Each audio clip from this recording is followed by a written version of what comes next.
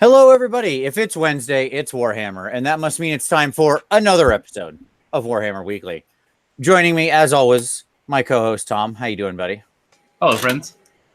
Also joining us this week, the man, the myth, the legend, who sadly changed out of a sleeveless shirt right before I put on a real shirt. I was very sad. He had to have a wardrobe change. Mr. David Griffin, the TO of Nash Con. How you doing, buddy? Cheers. Thanks for having me on. Good to have you back on the show, sir.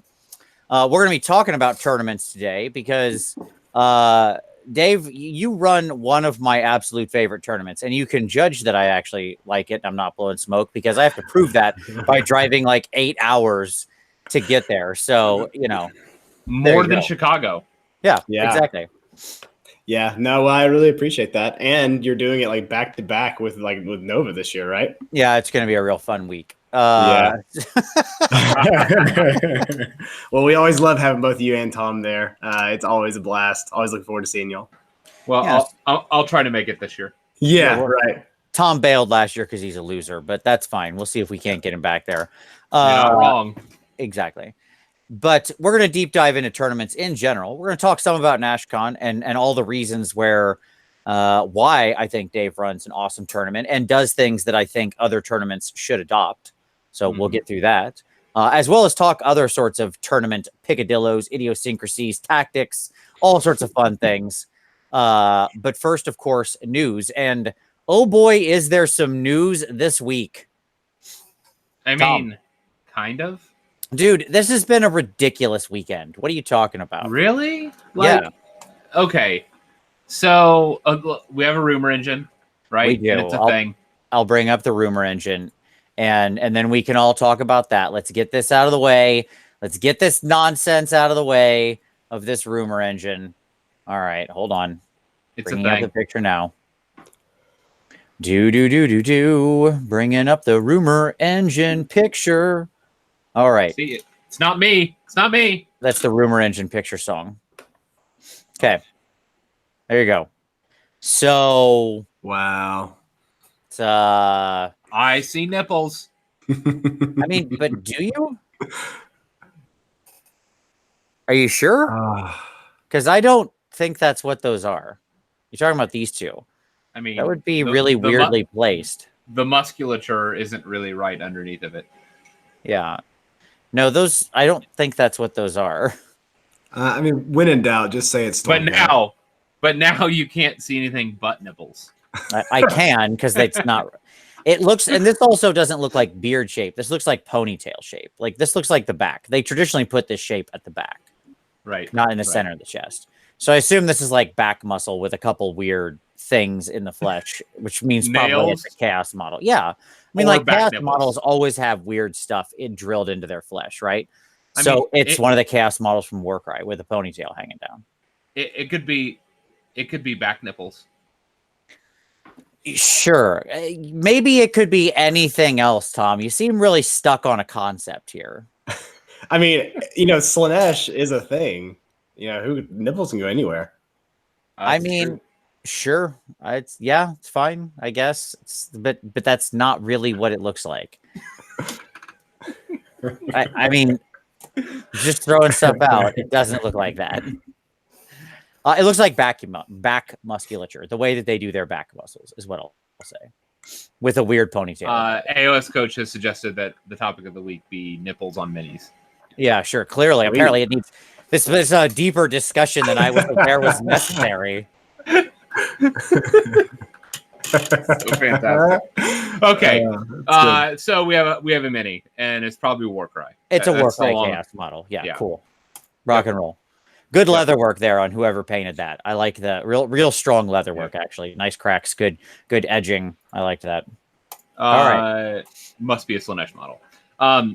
Let's, speaking of Slaanesh, the FAQ dropped today. That was exciting. Some interesting answers in there. Thoughts? It's fine. It's more or less exactly what I expected. They answered the endless spell thing. One of the things we talked about in the show was, would endless spells generate depravity? I was of the opinion they would, since they are a spell cast by a Slaanesh hero. The ruling was they do not, because basically the sort of understanding being the other side of the argument, which I was completely sympathetic to, that the spell that's actually cast is just a summon, and then the endless spell is its own thing. Okay, that's fine. I'm cool with that. Which is why like they don't let range bonuses and stuff like that affect endless spells as well. Sure, yeah, that's fine. Yeah, I mean, like, I get it. There's a distinction between spells and endless spells we're making here. I'm on board with it. It's fine. Okay. I mean, you don't need it to get depravity in Slaanesh. You can get plenty of depravity. So it's cool. It's fine. They answered the way Celeste works, and that prompted an additional question, because they used one of the fun picadillos of the English language, right? So like the question was, how does Celeste work with the Keeper Secrets ability? And so they answered that, and that's fine now. Like, you can make them go multiple times. They keep alternating weapons every time they go again. So if you have 3 and they only get 1 end of step attack phase, so you're not stacking on a new thing of it. You don't like get 1 and 1, and then you add another 1 and 1. You're just adding 1 more. So you could go axe first, then you have to go whip, and then you could go axe again in the end step or whatever. But unfortunately, at the end of it, they used the words every other activation gets the reroll hits. And the problem is that every other in the English language has 2 distinct meanings, okay, that in this case are mutually exclusive. So every other can mean an alternating series, i.e., every other space on a chessboard is black, right? That's a proper use of that term, okay?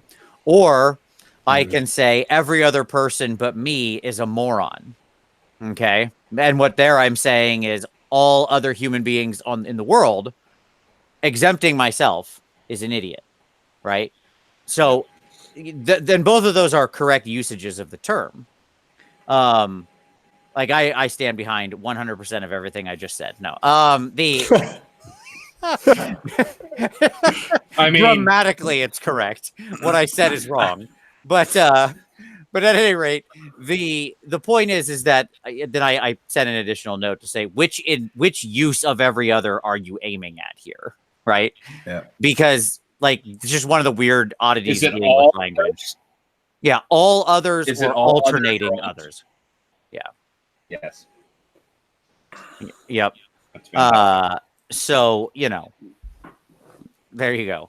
Yeah, I felt like the rest of the FAQ was fine. Yeah, it's good. There wasn't anything, like surprising. We got some clarification on how like end step pull in stuff works when you get people in the end of combat. I'm not going to try to explain it. Go read it. Yeah. It's fine. Whatever. The activation wars continue to get wacky. So basically, what you need to know is that in the beginning, it's you or I. If it's my turn, I go, you go. Right at the start. No, and then if there's, I go completely. You need to change that. You said yes. So at the I go completely. Yes. At the start, I go completely. Then you go completely. Mm-hmm. Then we do the alternating in the middle. And then the end, I go completely, and then you go completely. And the consequence of this is that if you suddenly go and pull in one of my models, I can no longer go because I've already gone completely in the end step. Right. Yes. Okay. So it's the thing. The point being is that if it's not your turn, yep, and you get hit by like the Slaanesh go last thing, right? Yep. And you're not the active player, as it were. You can just pile in willy-nilly. You don't have to care about the 3 entries anymore. That means you can suddenly like sweep way around, pull other Slaanesh models into combat so they can't do anything else except fight or retreat or whatever, and do it. You're fine. If they weren't in combat at the start of it, they don't get a fight anymore. So like Slaanesh players should be very new world. Yeah, should be very like sort of prescient of that. So here we are. It's wacky. It probably won't actually come up much because it is kind of a corner case. You could play probably a lot of games and have this odd situation not happen, but here we are. That's fine. I'm going to exploit that new odd situation. It'll be awesome. I'm sure you will. I'm sure I will, and everybody's going to be angry. So that's the FAQ drop. We learned some really interesting information about contrast paints, and I have like 5 different messages that I need to collate. Like I have the notes here. Okay, so here we go. Here's the things that we know about the new contrast paints. Obviously, they're releasing on the 15th and pre-ordering on the 8th. Yes. Okay. Yep. Now, that's if you order through GW. Okay. We're and I'll get to that in a little bit. But so we have the new bottles of paint are, drum roll please, $780 USD. Wow. which is the cost of the new washes, but they're in the new wash bottle size. Right. So it's like, that shouldn't be surprising. It's in the, what is that, 10 milliliters or whatever that bottle size is. And so it's the same bottles. They're $780. There will at launch be no sets. So there will be no bundles. You will buy them all individually. I think everybody's doing the math in the comments, by the way, translating it into their own currency. Yes, indeed. So, I believe if it's $780 US, it's $27 Australian, and basically like a house payment in New Zealand. I think that's how it works out. I'm not. Somebody double check my conversion, but I think that's what it is. Yeah, that sounds about right. You can buy like a mid-sized sedan for a set of the contract paints.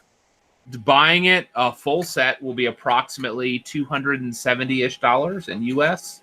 Okay. Because there are 35 paints in the range. Okay. I think we had heard that there were like 30, but there are 35. Some rumors that I've heard is that we may actually be getting some. So there are multiple things happening with the paint range at the same time, and so we're not sure which is which. So one thing that we've heard as a rumor is that some of the Forge World colors are either coming over into the contrast line. So some of the more popular Forge World colors, some of those being, I think they said an orange and a turquoise. Some of the rarer like Forge World colors are potentially either coming over in the contrast line. Okay. Or they're being integrated into the air line. Okay. So one of those two possibilities, but it looks like we may be getting some Forge World colors. With that, they're renaming the airbrush paint line completely. Glazes are being cut from the line. That kills me. I could not believe I heard that. Yeah. Yep. So when you say glazes, you mean Wayfarer green, Lamian yellow. Oh, is that or Lamentor yellow? Sorry, that's not what's and Bloodletter. Yep. These little guys. Go buy all of your Lamentor yellow right now. I do a lot of painting with those glazes. Yeah, I like all of them. They're really fun. Bloodletter, classically a great red. That Guliman blue. Poor Guliman, man. Rabute Guliman is losing his paint. Like, he's got to get a new blue out there. Yeah, some of my greatest, like the schemes that I enjoy the most do use like exclusively those glazes over white. So I'm going to need to buy a lot. It's unfortunate. Yeah. So a heads up. Apparently, rumor has it glazes are being cut from the line. They're also dropping a few of the technical paints. Yeah. And from what I understand, some of the less popular ones, like they're cutting back some of the crackle paints because there's because there are different crackle paints, and it's like we didn't need that much. It was fine. I understand everyone bought all the Martian Iron Earth when it came out originally, and everybody was obsessed with it. So they were like, "We've got a moneymaker here, boys! Put out 7 more colors of it, quick!" Yeah, but like that voice is hard to do. But we didn't actually need that many different versions of it. It's cool. A couple crackle paints will do us. It's fine.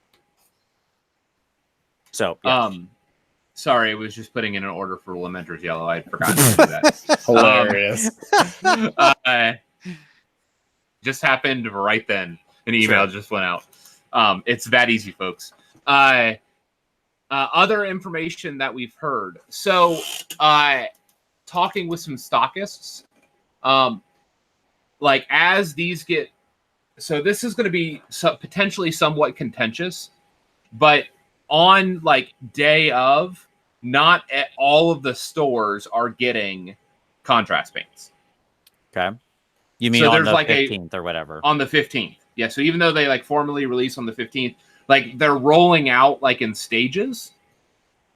And so it's only stores with expanded paint racks, like the largest paint rack, like setting or whatever. Like there are 3 different tiers of accounts. Only the highest tier are going to have the contrast paints in store day 1. And even then, we don't know how many of each paint they're going to have. Okay. So that's the warning initially, on launch day. Yeah. So I say this to say, like, if you're going to put in an order for like all the paints at like your standard distributors, like all of your secondary folks, like I'm thinking like Frontline and Mini Stomp and all those guys, you need to understand that like they are going to be getting paints delayed, and then even then, it's not known how many the stock is. It's not sure how many sets each person, like each company, are getting. So I say all of this to say, just like our best thing we can do is just be patient. Be patient with your local stores, because I talked about those paint racks, like only the highest tier. That's like a third of all the corporate accounts, is what I'm hearing. Okay. So like 2/3 of stores that carry these paint lines, the GW paints, won't be getting contrast paints day 1. Okay. Well, the answer there is to, put your order in if you really want it. And put your order in, and it'll be a little patient for a couple weeks, because they'll get it rolled out to everybody. Like it's a big new paint line, and that stuff's probably time consuming to make. So there it is. Yeah, like we will all get our paints. Worry not. Right. That's not the point. The point of what Tom's saying is not that these people will never, that they're not going to eventually. No, like in week 2, they'll have them. Like, and so I want to encourage you to temper expectations. Like in that, like we just like it may take a week or 2 for most places to get fully stocked up, and that's okay. But just like set expectations appropriately. All this isn't going to ship out day 1. It's also paint, so it's not like you're. It's sure. I mean, I'm just saying, like, no one's lining up at the door. I mean, maybe you have other paint. You do. If you are in this hobby, you have racks of paint. You can wait another week. Right. The other, like, and likely what will happen is, I said no bundles are coming soon, or like are coming right away. What I will say is that those will, like, what they've done in prior like paint launches is that what you're saying is that there will be paint bundles. There will, and it'll probably be Christmas. Yeah. Christmas is probably where you're going to see that the full set drop. Yes. Yeah. So just be patient. Yep. I'm really excited for him. I have plans for sure.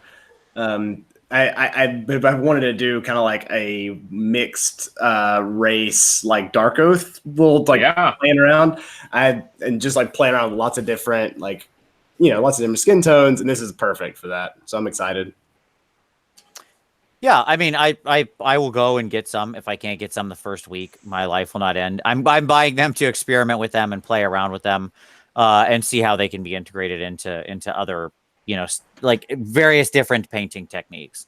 And then I'll do a full review of them based off that. I probably would have Impulse bought a full set if they had them in the beginning.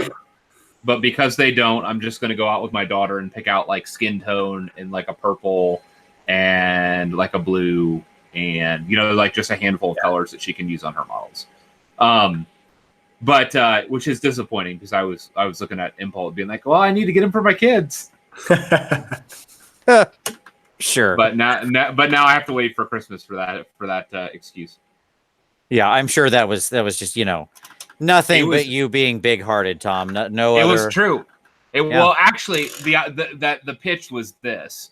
My daughter suggested to my wife that the kids get it for me for Father's Day. Nice. You are roping your kids into these shenanigans. I love it. I mean, like, truly, you are corrupting them. Well done. Well done. Hey, use the tools available to you. Mm-hmm. No, that's good. I support this. You got to get work done. That's all I'm saying. Sure. And I have terrain that's not painting itself. Oh man, do I feel you there? Indeed. So, David, you just need to have older children. Yeah. Oh God. Let me get the one on the way. Exactly. Hey, get a house full. It'll be fun. Okay. Other news. I mean, just as a slight aside, hold on here. I just want to say no. Like it's literally the opposite strategy of what you want to do if you want to have time to paint. You want to have time to paint? Be like me. Don't have kids. You know what I got? Time to paint. Tons of it. You know what I don't got? Kid time. Interrupting, crying, going to the doctor, making sure they don't die time. That's what children do. They're a black hole that just sucks up time. They literally distort time around them. So no. So I just want to take a moment and just put a pin on this for our audience. You are getting an unadulterated glimpse of the real Vince. So timestamp it, folks. Sure. I have been cast as the villain in this story. Let me inform you, it is not I. The villain. The only thing you're missing are the pillars of salt that come along with any villain. I am just stating the obvious. I'm rebuffing this claim that somehow this long game Tom's playing of like having a bunch of kids so that maybe 10 years down the line they intermittently pick up a paintbrush and do something, and that somehow some great time saver is a load of hooey. That's what I'm doing. Okay, moving on. On the paint topic, let's talk about Everchosen. GW released their the details on the painting competition. The details on the painting competition. Vince, do you want to talk about that a little bit? Sure. So I know that you're excited about it. Sure, yeah, absolutely. I mean, I was interested when they announced it, but obviously when they announced it at Warhammer Fest, it was like, we're doing this thing. It's called Everchosen. It's a painting contest. There you go. We'll tell you more later. It was like, okay, cool. I guess that's awesome. Yeah. So Everchosen is, like they had said, it has to do with sort of an online component. So it's actually different than what I assumed, but it's still kind of cool. So basically, it starts with GW stores on, I want to say, July 27th. That sounds like the right date. And basically, it's an in-store painting competition. There's 3 different categories, one of which being like young bloods, one of which being open, which the staff can actually participate in, and then the third of which being the actual Everchosen category, which the staff cannot participate in. Okay. Right. So, and in the Everchosen category, it can be any single figure that is currently available on the GW website on a base of 60 mil or less. That sounds right. Which I think that would count like 60 by 35 cav models, but you know what I mean? Not like a 75 by something smaller cav model, like 675 by 42. Because I think they mean the primary one, but right. Anyways, neither here nor there, I suppose, in the end. But, and then each store has, I think, 3 winners, right? They get picked, and then the store takes photos of those 3 winners and sends them into GW, mothership. And then the mothership puts up all of those photos from all their stores, which I have no idea how many GW stores there currently are. There's more than 500 because obviously they had the 500th store opening. So let's assume there's at least 1,500 submissions here, right? Minimum. Right. And so then there's an online painting, then there's an online people vote and the GW judges themselves vote, and ultimately that produces a smaller set of winners, and then those winners come to, I guess, go over there, and there's a final winner, and that's when you get the replica of the Slayer of Kings. Like I don't remember exactly how the end works. I need to go look that up again. So, well, let me say that, like, from rumor has it that it's not just GW stores. Okay. Okay.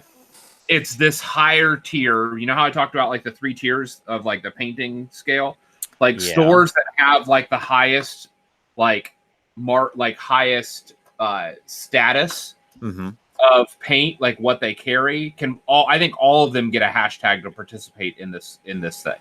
Like all of them, so it's not just I don't think it's just GW stores. Let me say that.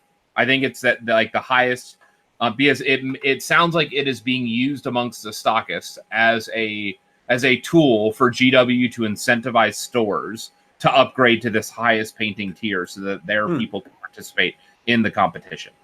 Oh, you're right. Yes, I'm sorry. Yeah, Warhammer and Games Workshop stores, as well as participating independent retailers. There you go. Okay. Right, and those independent retailers are basically the ones that are this highest painting tier. Yep. So.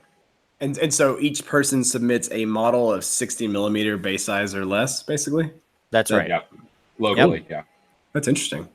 So it's you bring it into the store because it's a competition in the store. Any single Citadel miniature that fits on a Citadel 60 millimeter base or smaller that is currently available from gamesworkshop.com. So like it has to be an online currently available model. And then you go on to represent your store in the big vote, right? So yeah, there you go. The winner of the Everchosen category from each store. Sorry, just one person. I had said 3, but it's not. It's just one person. The winner of the Everchosen category has the photos of their models uploaded to the gallery online, where then everybody votes for their favorite entries. Then they do the public vote along with the studio. And the top 3 entries, there's where the 3 entries are. Sorry, I switched around where the 3 entries are entered into the Everchosen grand finale. Those finalists are invited to bring their miniatures to Warhammer World from wherever they are in the world. They cover their travel and accommodation, and then one of those people wins the actual Everchosen award. So there you go. The top 3 for that thing. Pretty sweet. Woof. So that's it's still a heck of a, so 500 GW stores plus X number of independent stores. So it'll probably still be around that number of entries total, like that. Because I don't know how many is in that top third, but it's got to be a decent number. So the real question is how many stores can you enter competitions? Oh man, game it up, Tom.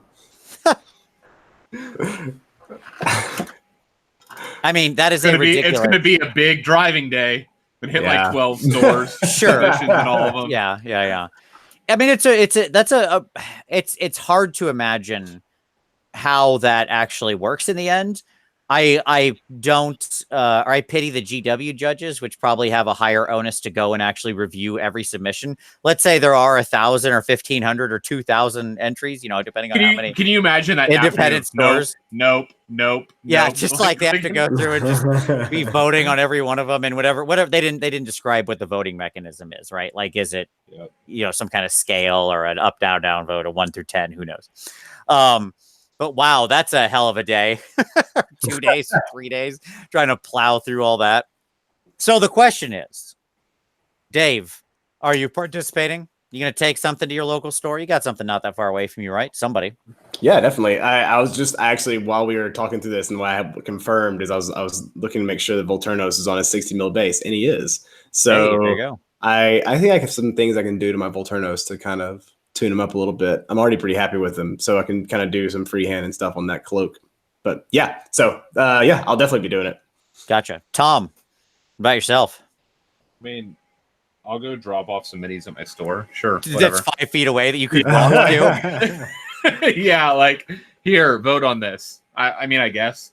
Sure. Like, yeah, whatever. Sure. Yeah, I mean, it's interesting. I don't have any. My nearest Games Workshop store is actually kind of annoyingly far away. Not like crazy far. It's 40 minutes or so. You're going to submit it to my store? Well, no, I'm not coming. Go head to head with me again in the conversion competition, which I crushed. Boom. That's a bad baby. Yeah. Just so you mean so that you want me to come down and beat you? Is that what you're saying? Because only one gets to go. Tom, if you want me to come down and beat you in your own store, I'll drive the 5 hours or whatever. Well, okay. I'm just saying, the last time that we went head to head there, I won. You did, Tom. You absolutely did. I agree. I do not dispute that fact. When is this happening again? Did they give a date? July 28th. July 27th. Saturday, I'm the gonna- 27th of July. I'm gonna be in Columbus playing D&D anyways. You will be. Yeah, you'll actually be here. You'll actually be here playing D&D at my house. So, Yes. like, I'll leave in the middle of our marathon that I'm running. No, Drive down to your store. No. I'm gonna beat you at your store. It's gonna be amazing. Yeah, we should talk about this for a moment. I'll kind of this is a very different competition than say what you've got out of Golden Demon, because well, first you're competing at a store. I don't know who's judging it at the store. I assume the store owner, right? Like, I'm sure the store owners get some kind of like sheet of how they want these people to judge. You know, like they don't say, they're just saying. I bet that's not how they do it. Okay. Do you just think they're going to say go nuts? No. Or do you think they're going to let it be public vote at the store? I think it'll be public vote at the store, like armies on parade. Could be. Yeah, I don't know. But at any rate, the point is that first you've got to win your local store, which whatever, that is what it is, right? It's going to act something like a traditional painting competition. The problem is then you go to online, right? Which is like a popularity contest. Oh, I want to know who's taking the pictures. Right? Right. Like, assumingly that somebody, I think they said the store owner submits the pictures. That's a really big deal. I mean, camera work. Big deal. Yeah. Yeah. So, like, do they have requirements on the store owners as to, like, what type of picture you have to take? Like, how you set up your camera? What kind of lighting? Like, we could see wide variances in the quality of the photos submitted, right? Yeah.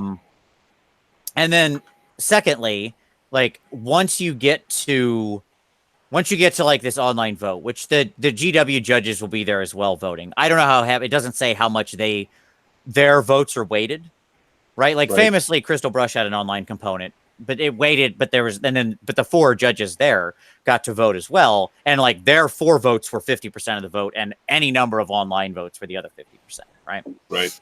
So like how much are the GW judges putting their thumb on the scale? I don't know. But like anytime you're talking about online, yes, popularity contest is part of it. Like, because assumingly there's not going to be rules like if you win, you can't say, hey, this is my model. Go vote for it, please. Right? Like, assumingly you could go when Tom wins his local store and David wins his local store. When Tom beats me, okay, and I go to compete at his store and he beats me again. You know, Tom can come on the show and like he could just say, here's a picture, go vote, everybody, and David could do the same thing, right? And like, assumingly that's the case. At least they have a full rule sheet coming soon, so maybe that'll be barred. Who knows? This can cut both ways, because it'll probably not be like an up or down vote. It'll probably be like a 1 to 10 vote, something like that. By the way, they have a rules and restrictions sheet coming soon, so who knows? This could all be out the window. I was saying, because like I could be like, hey, go vote for me, and everybody's like, ha ha ha, Tom won. Down. Yeah, sure. But like the nature of an online contest like that is such that things like bright colors and poppy effects and freehand and all that stuff. Oh yeah, my orange is going to be in full effect.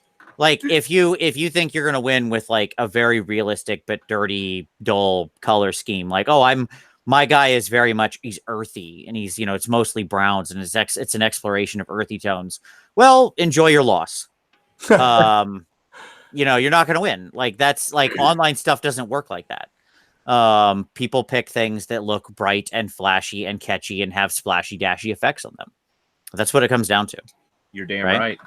Yeah. I mean, like, I'm not trying to be overly simplifying here, but like that simply is how these things work. Things that are splashy and have splashy effects get more attention online than higher quality paint jobs that are more dull or desaturated or, you know, simply clean, which is funny because that's orthogonal to traditional Golden Demon, right? Wherein cleanliness and like precision matters much, much more than splash and flash. Right. So yeah, it's interesting.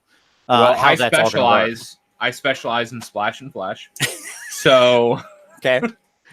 I specialize in substanceless painting. Yes. I don't go for quality. I go for tricks. They don't call you Tom Splash and Flash for lines or nothing. That's exactly right. Because I mean, like, I'm not a good painter, but I can make it look good, and I can make it look eye-grabbing. But yeah, so it'll be interesting to see how it all plays out once the things go. But I mean, sure, it is, as Tom mentioned, literally during one of our marathons. I wonder how much of the day you have to be there, because if it's just like you have to drop something off, sure, Tom, you and I can go run over in the morning and drop some minis off at our store. It's fine. But anyway, so that'll be fun. All right, so that's Everchosen. Yeah, cool, neat stuff. What else is next? That was a long. That was a long segment. Yeah. But it's a worthwhile discussion. But we have another big one. Uh-oh. So the Sylvaneth? GW Sylvaneth? released the Sylvaneth book over the weekend. Oh, they didn't. And I don't know what we're doing about this. No, they did. You could go on iTunes and buy the book. And in fact, I know a number of people who did and have it on their iBooks account right now. I understand. And it is not available now, right? Yeah, they took it down. Yeah. Okay. So now we live in this weird world, right? Where some portion of the people have this book. And clearly what happened, by the way, was the original release date. Right. Right. Saturday was the original marked release date, because you have to set this stuff up on iTunes months in advance, right? So a long time ago, they had 2 months back or whatever. They or 3 months back or 4 months back, some amount of time back. They had demarcated, May, whatever the heck Saturday was, to be the release date. And then as they got closer, it got delayed, right? And they went out and they, did all the appropriate stops on various marketing things and pushes and all the things they probably have automatically scheduled. And somebody forgot to switch off the iTunes, scheduled, make this thing auto release. Right. Auto release. Yeah. Because, I mean, you can schedule book releases, obviously, well in advance. And somebody forgot to flip that switch. And then all of a sudden the book was out and available. And people bought it because, of course, they did. And now it's out there. And here we are. It's a good book. It's a good book. I like it. Sure, it's Wednesday. We still don't have any idea when the actual book releases, because it's caught in customs hell, which is no fault of GW's whatsoever. And now we all live in this weird middle ground, and they haven't publicly commented on this. At least not that I've seen. Here's the deal, folks. It's a good book. They did a solid job. Sure. Some people don't like it, but I think they're wrong. I think it's going to be a fun book. And we'll do a review on it at some point in the future. At some point. David, what did you think? Did you pick up the book? Did you pick up the book? I'll be completely honest. I was out on the lake in an area with zero internet. So I didn't even know it happened until like Tuesday. And so, no, I haven't read the book. When it comes out, I'll read it. I don't know. It'll be fine. I honestly wondered if they would just release it digitally with the print delays, if they would just go ahead and do a digital release. Well, they did. Well, I mean, no, we understand. Haha, funny. We all get the joke, Tom. No, I agree with you. I was really expecting that by today we'd have a message that just said, like, look, that released accidentally. Oopsies. But so instead, look, we can't. The physical book is caught in customs hell. This is simply the world we live in. We're going to go ahead and, since the book's already out there, we're going to just release the digital edition. You can get it in the app, and you can get it, everywhere else you can buy our digital books. And that's going to be what it is for a little while. As soon as we know, it could be, because as I said at Warhammer Fest, it could be 2 days. It could be 3 months. Right. Yep. And, once they have that solved, we'll release the physical book, and we'll keep you in the loop. Yeah. That's what I figured they would do. So I think it's a little bizarre, the situation we're in right now, but is what it is, I guess. Yeah, I mean, the bell's been rung. Yeah. Right? Like, we can't unring the bell. It's out there. People have it. At this point, just put it out, like, in some form. Right. It's not helping. Let me put it this way. You're in damage control mode now, right? So you got two options. You cannot release it and like piss off everybody who didn't get a chance because the couple hours that were up, they didn't notice it and didn't go buy it. And by the way, all that's going to mean is that they go pirate it. Yep. Right? Because if they want it bad enough, I mean, I'm quite positive you can get your hands on it if you're so inclined. Okay? Because that's how the world is. And so all you're encouraging, the incentive structure you've set up right now is everybody who really wants this book and plays this army and wants this thing to go pirate it. Okay? Yep. Right.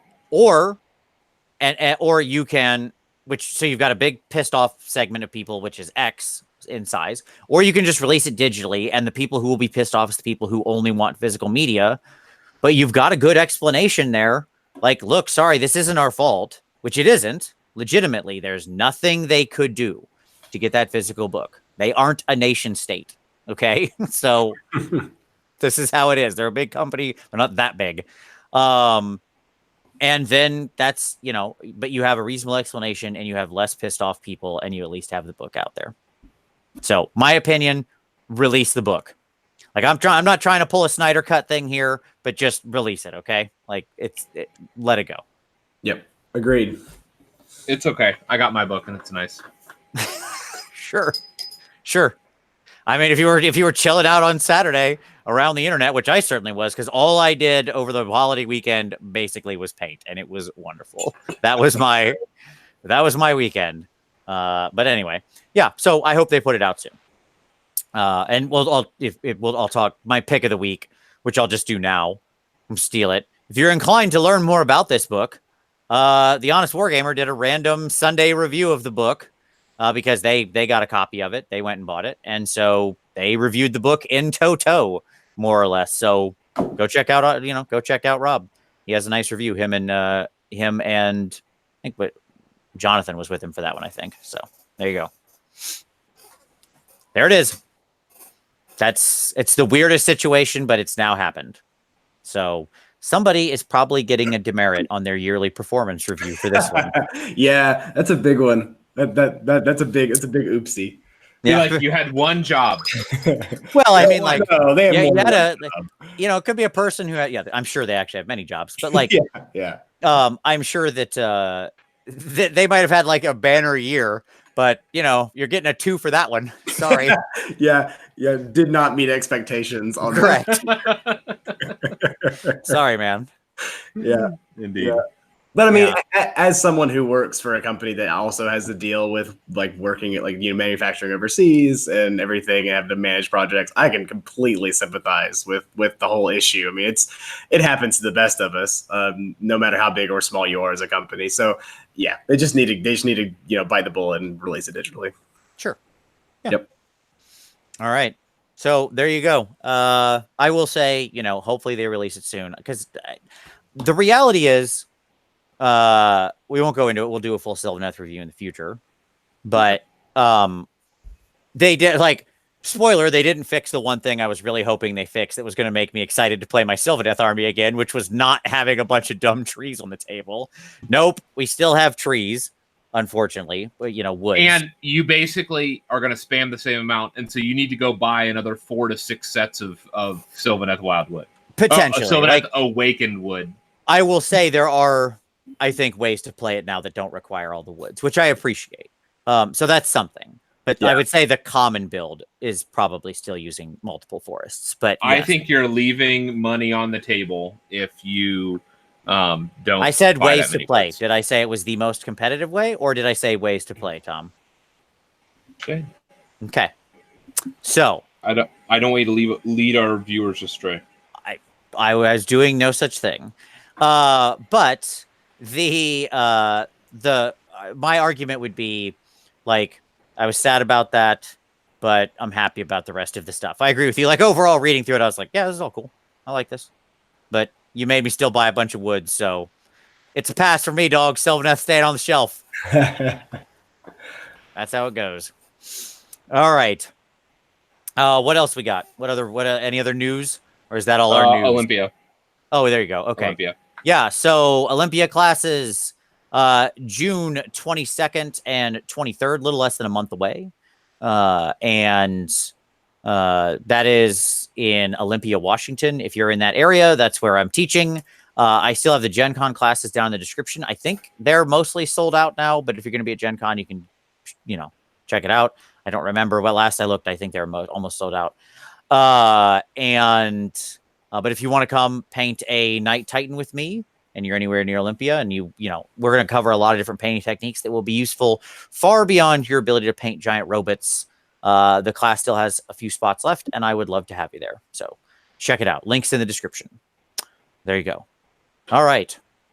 So with that, let's talk about some pick of the week. I already gave mine. David, what would you like to share with everybody? Yeah, so I was on a long drive this weekend, and so I kind of mowed through a few podcasts, and I listened to one from Just Saying, so the Just Play Games crew. They do on episode 50. They have a kind of recap of Bobo and a Gloomspite Gets. One of the guys went with Gloomspite Gets, and they do a really good review of the games. And kind of a breakdown of the list, a really in-depth breakdown of the list.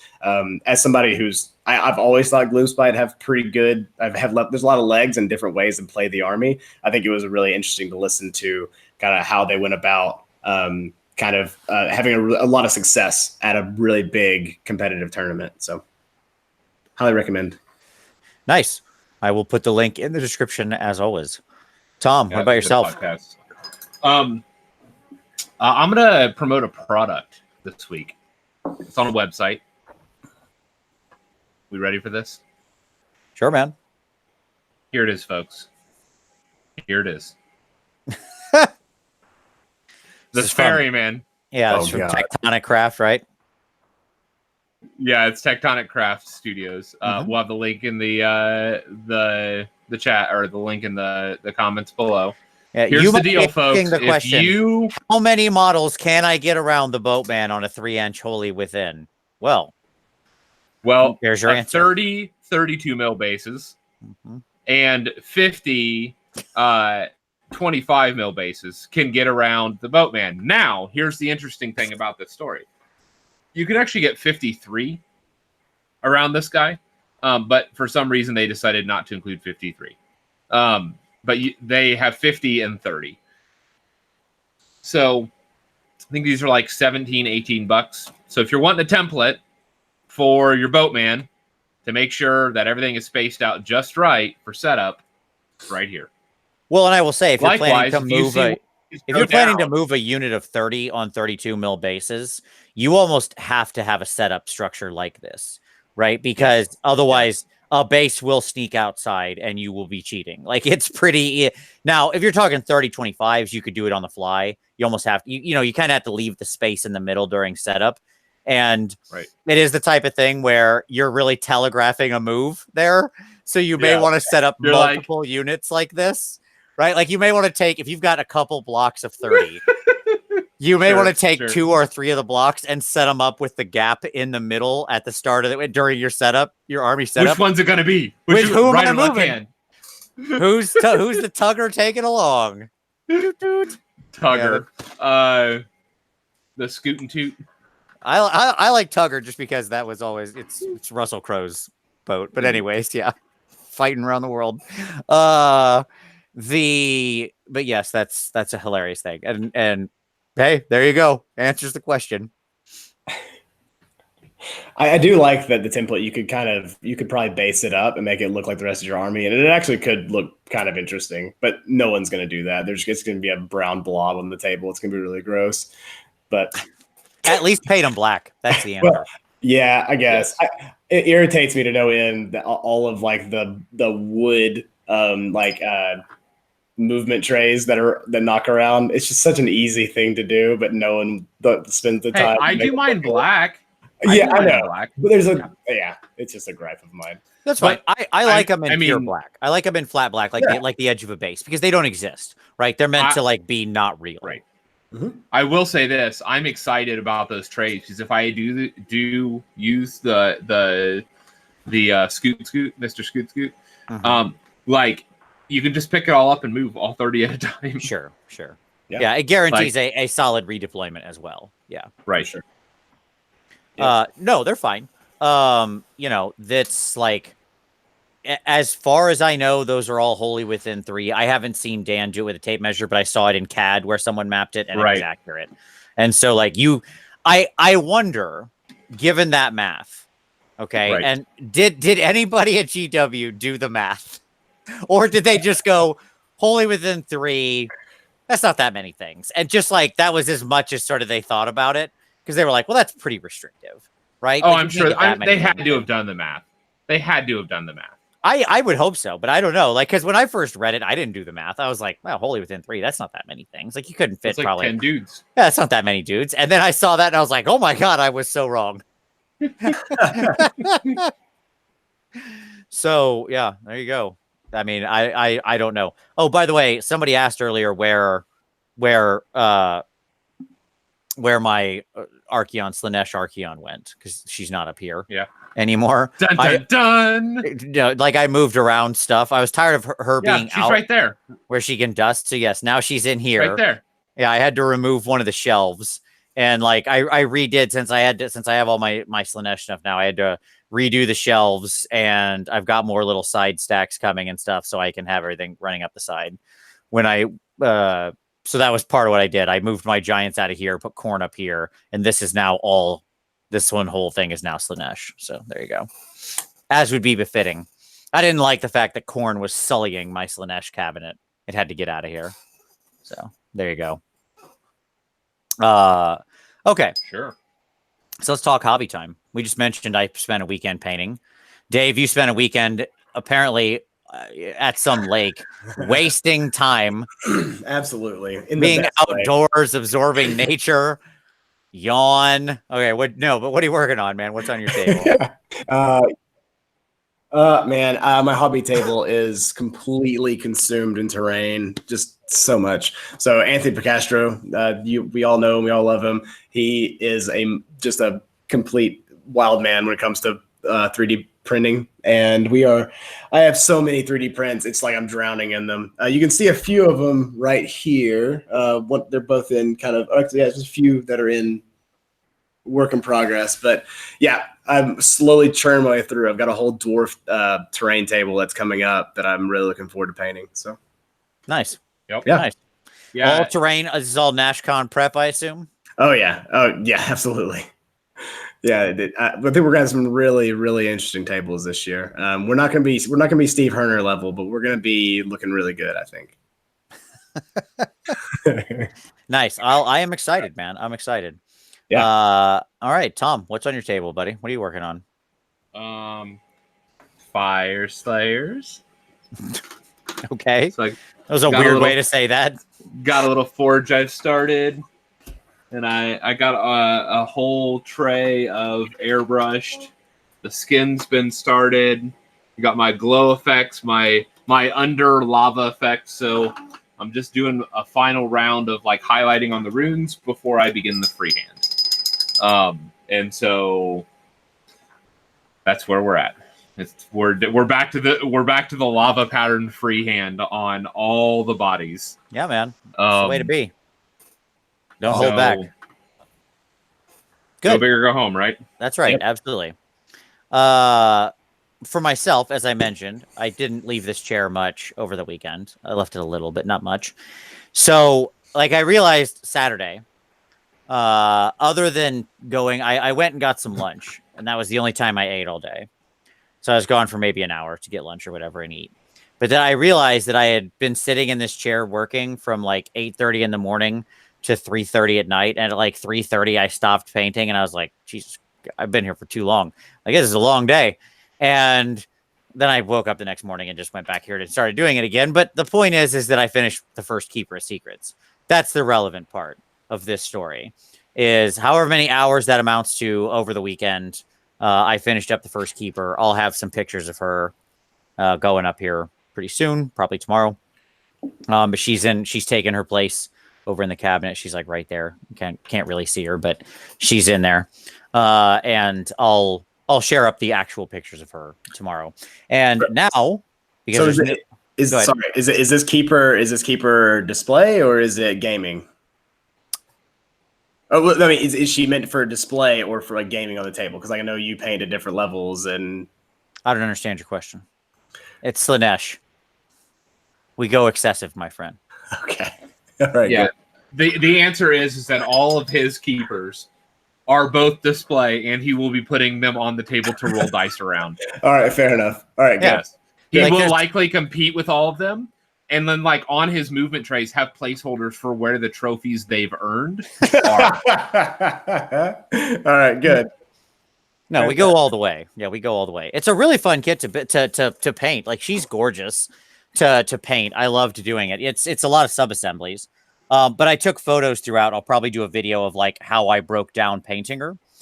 Because that's the only way I could think to do it, like to take photos intermittently throughout, because it's not the kind of thing where I can record. One of the people have asked me, like, why don't I do a video with me painting a whole mini? And like, the problem with that is I paint. You don't want to watch that. Yeah, you don't want to see me paint for 60 hours or something. But like, moreover, I paint like this, like how I'm sitting right now. Okay. Like, here would be the mini, and I paint like this. At this angle as I'm sitting here. So if you want to be staring at, like, you know, my crotch all day, okay, for hours on end, I'd have to literally point the camera down here, because I don't paint like this. I don't paint up on the desk, I mean, right, which is where I record stuff. But is that like a Patreon thing we can do or something? It would be like just so like ungodly uncomfortable for me to paint like this, which is the way I would need to properly do it, like be in shot. I also move a lot when I paint. Like, I'm always leaning back and forth and scooting and crap like that. So anyway, it's not the kind of thing I can do for hours, but I can take lots of photos and explain my process. So I thought that was a good way to cut the difference. So 1 down, 2 to go. One of those will be like directly for competition only, because she'll be on a base that isn't like playable. Finish her, and then it was time to move on to something else. So we're moving on to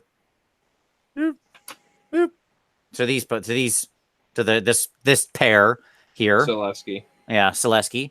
And I went ahead and scraped all his dumb tattoos off on his like body, because those were driving me nuts. I hate that he has like the scarification on the flesh. Like, no, I'll just paint that if I want that. Please stop ruining my model.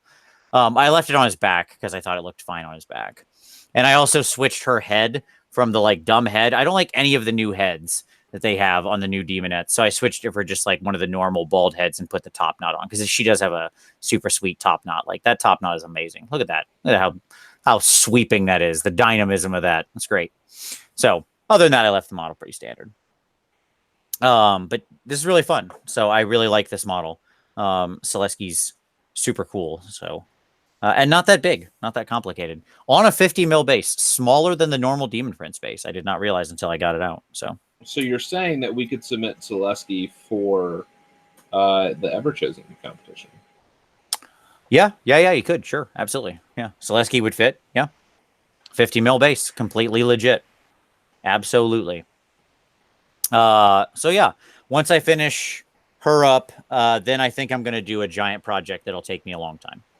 So we'll see what we do. Doom had asked earlier about the giant that I painted as part of the painting class that I entered in Golden Demon. I guess I never did share him. He's over there. He's in the cabinet now. Like, he's finished. I'll share some photos of that out there. That was a fun little project and involved me painting for a couple hours in a hotel bathroom. The classic hotel bathroom painting to get it finished up after my class. So there you go. And you got a finalist pin for it, right? Yeah, I mean, it went fine. It was a finalist, yeah. Not bad for a bathroom paint job in a couple hours. So there you go. I'll share the giant there, Doom. Okay. So with that being said, with hobby time out of the way, let's talk tourneys. Yep. All right. So we brought David on because David, as we mentioned earlier, is the TO for Nash Con. And if you haven't been to Nash Con, you should absolutely be going to Nash Con. As you may infer, it is in Nashville. It is the weekend before Labor Day this year. I think this is the only year it'll be that weekend. Is that right, David? Yeah, that's right. Typically it's in June, but this year we had some. That's also wedding season, and so we got bumped for weddings, and so this year we're in August, but we're gonna be back in June from here on out. Awesome. Yeah, several times I think there's been people getting married while we're there at the tournament, which has got to be like not great for them, you know, to have all these like nerds running around with their armies and stuff. Yeah, I'm sure they love that. It's always funny seeing like the bridal party. Like you'll get some like various like wedding attendees who'll filter through and be like, "What is this? Oh my god!" Yeah, I mean, the Nash Con's interesting. It's more of like a historical convention, I think, right? That we've invaded. Is that the right way to say it? Yeah. So the background on Nash Con, it's actually been been going on for a while now, and it's in the past been a historical focused con. So there's a lot of different historical games. And a few years ago, they kind of asked me if I would like to run an Age of Sigmar tournament, and I was really trying to get something started in the region since we didn't really have much in the southeast for kind of decent sized Age of Sigmar tournaments, and yeah, and I did, and we've kind of continued growing, and we are pushing the boundaries of our capacity this year for sure. Nice. Yeah. But yeah, when you're there, you'll definitely see plenty of historical games being played, and I'll be honest, I actually think some of those games look really, really cool. That some of the way how they have the like really large scale games, especially look really interesting. So, yeah. And some people asked about like, are there vendors there? Yeah, because it's a convention. There are. I would say there's probably maybe 10, 20 vendors there, something like that. Sound about right? That room's pretty decently sized. More than that. In it. Yeah, I would say probably 20, right? At least. Oh. 10 to 20. Oh, did you lose me? We lost you for a second. Sorry. I would say somewhere from like 10 to 20. Okay. Vendors probably. Yeah, and like some of it's MDF terrain. There's actually quite a lot of terrain stuff there. Like multiple of the vendors have terrain stuff, but I mean that's pretty much what you would expect at a gaming convention. Yeah. And obviously the AOS tournament itself, which you run, is great. And I want to talk about. I'm just going to quickly I'll let you go into more detail, but I'm going to quickly hit the things that in my mind as a player, separate for me what I love about Nash Con. Okay, so why do I like the format of this tournament? And why are we doing this show? Yeah, well, I mean, like, it's not. This isn't the only thing we're going to talk about. We're going to talk about lots of different riffs on this stuff. But I think you made some choices in the way of like having the tournament you wanted that aligned really well with what I like. Okay. And I think that, so I wanted to share this with people because I don't know that everybody else really has cottoned onto these sorts of ideas you've had. And I think they're really, really good. So the first thing I like is just the way you score your games, right? So you use the broader set of secondaries that we had written, right? That GW, I'm going to just go ahead and say, true inspiration for their own secondaries. Yeah. Yeah, definitely. And so, but we're not using, you haven't used traditionally the GW secondaries. I think, personal opinion only, that our set is more flavorful and interesting. That your mileage may vary on that. I am highly biased. My favorite one is the one that everybody always hated and complained about, but that's pretty standard for me because there's one that required you to have either a totem or a unit with a banner, and everybody hated that because there wasn't that many armies with totems. I'm still getting messages about that, like, "Hey, my army doesn't have any totems." I'm like, "Damn it, Vince!" Yeah, you don't have to get all of them, and you may not get that one. Right. Yeah, right.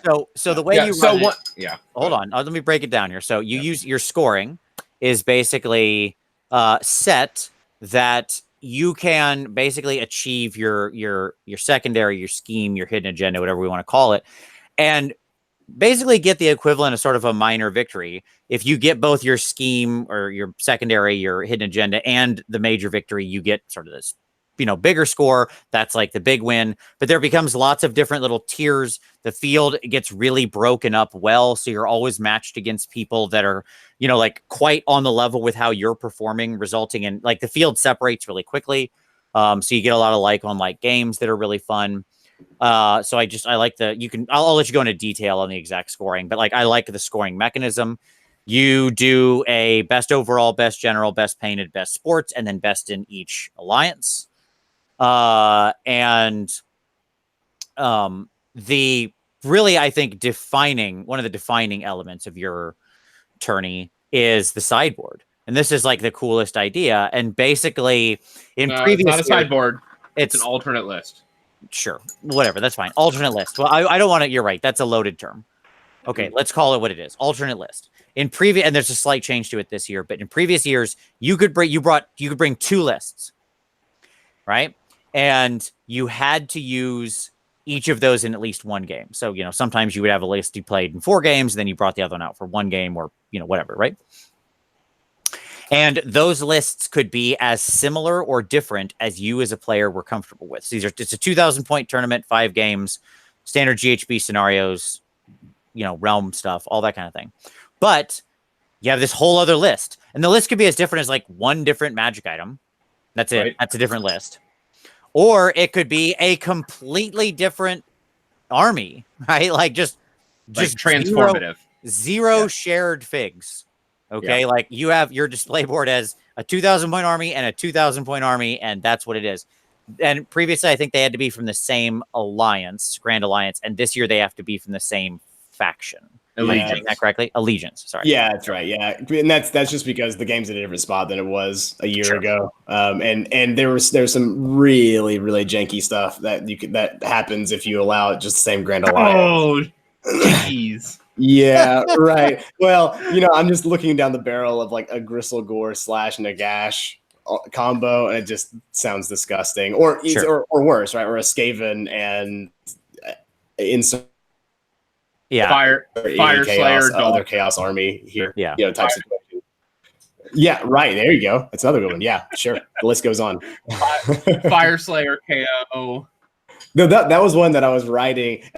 I knew when I posted it that you were gonna hate it, Tom. Like I was right. I think I immediately followed up with you. I was like, "Hey, by the way, this wasn't like no." I sent you a message. No, I sent you a message. Yeah, because I wanted to clarify that that's what you had intended. Yeah, because I mean, yeah, but I get it. I understand. I understand the intent. Well, and what's funny is obviously the first year that we came down, so 3 years ago or whatever. Yeah, that was the first year I came down. 3 years ago, I brought like 2 Tzeentch lists, and they were completely different. Like one was a super mortal heavy one, and one was like it was more like demons and skyfires and crap like that. And then 2 years ago or a year ago, whatever, last time I came down, I brought my Iron Jaws, and the difference was like. I was like, this is the list. In this one, he has an extra rend on his sword, the Mega Boss on Maw Crusher, and in this one, he has an extra damage on his sword, right? Because I was like, this is what I like to play. This is what I should play. And you could play it both ways. And actually, what was interesting was even at the top tables, both of those types of styles were represented. Oh, totally. Yeah. Yeah. You had like people with transformative lists where like the entire play style of the list flips depending on what you choose. Or you have like very similar. And the advantage, what's so fascinating to me, like I'm going to piggyback on this, is that when you do this, what it does is it equalizes the skew lists. Absolutely. Yeah. Because what it does is like oftentimes certain skew lists will function because the rest of the meta is not prepared for them.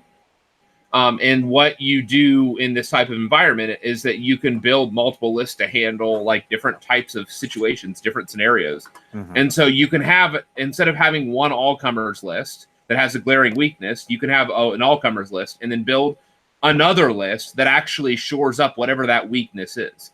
Sure. Now, the interesting part about this, though, is that you don't know what list you're going, like, you don't know what list they're playing. Right. You just know what the scenario is, and you can look at both of their lists, but you don't know what they're choosing. So there's a blind man's bluff game going on where you're making a decision based on the knowledge that you have of what they could play, and then trying to predict what they're going to play. Yeah, you start out when you're you know, you get your table assignment, you go over to your table, you shake hands with your opponent, introduce yourself, whatever, and then you hand them your 2 lists, and they hand you their 2 lists, and you get a chance to take in their 2 options, and then you pick one of your 2, you make a commitment, you pick your secondary, and then you go, and you know, then things happen, right? Roll off for first drop, and so on and so forth, right? Yep. And something that I added into the pack is actually how that sequence works. So it's like I think it's the last page of the pack. But if there's any question about when you do the reveal, that whole kind of sequence is spelled out for those people who read the pack. I did not read that part. I did read the pack, just not clearly or carefully. I'm not gonna lie. I was like, I know most of this. I read it over. Yeah, you're a veteran. You're fine. But there is like a walkthrough at the end of the pack that kind of talks about like when things happen. So like when you do your list reveal, when you choose your scheme, when you reveal your scheme, yada yada yada. Gotcha. Yeah, it was so it produces such a fun format between the scoring. Yeah. Like the first year I went with that Tzeentch list, like real talk. Okay, my record that year was 1-4. Right. Yep. I won 1 game. I lost 4. I had the only bad tournament game of Warhammer I've ever played against an opponent that drove me insane. Okay. It was an awesome game. That was against Tom, by the way. The only person who could ever actually make me angry in Warhammer. I've never met a new person that had a bad game with them or somebody I didn't know well. I've only had a good time with other people at every tournament I've went to. But Tom can make me have a bad game. There was a moment where Vince just walked away from the table. Yeah. I know where he went. He just not left. Out of anger, just out of like ennui, I guess is what I would describe it as, right? So at any rate, I went 1-4. Not a great record. Okay. That's 1 win, 4 losses. Let me just really put a fine pin on that for everybody. But I got my scheme, my secondary. I went 5 for 5 on secondaries, right?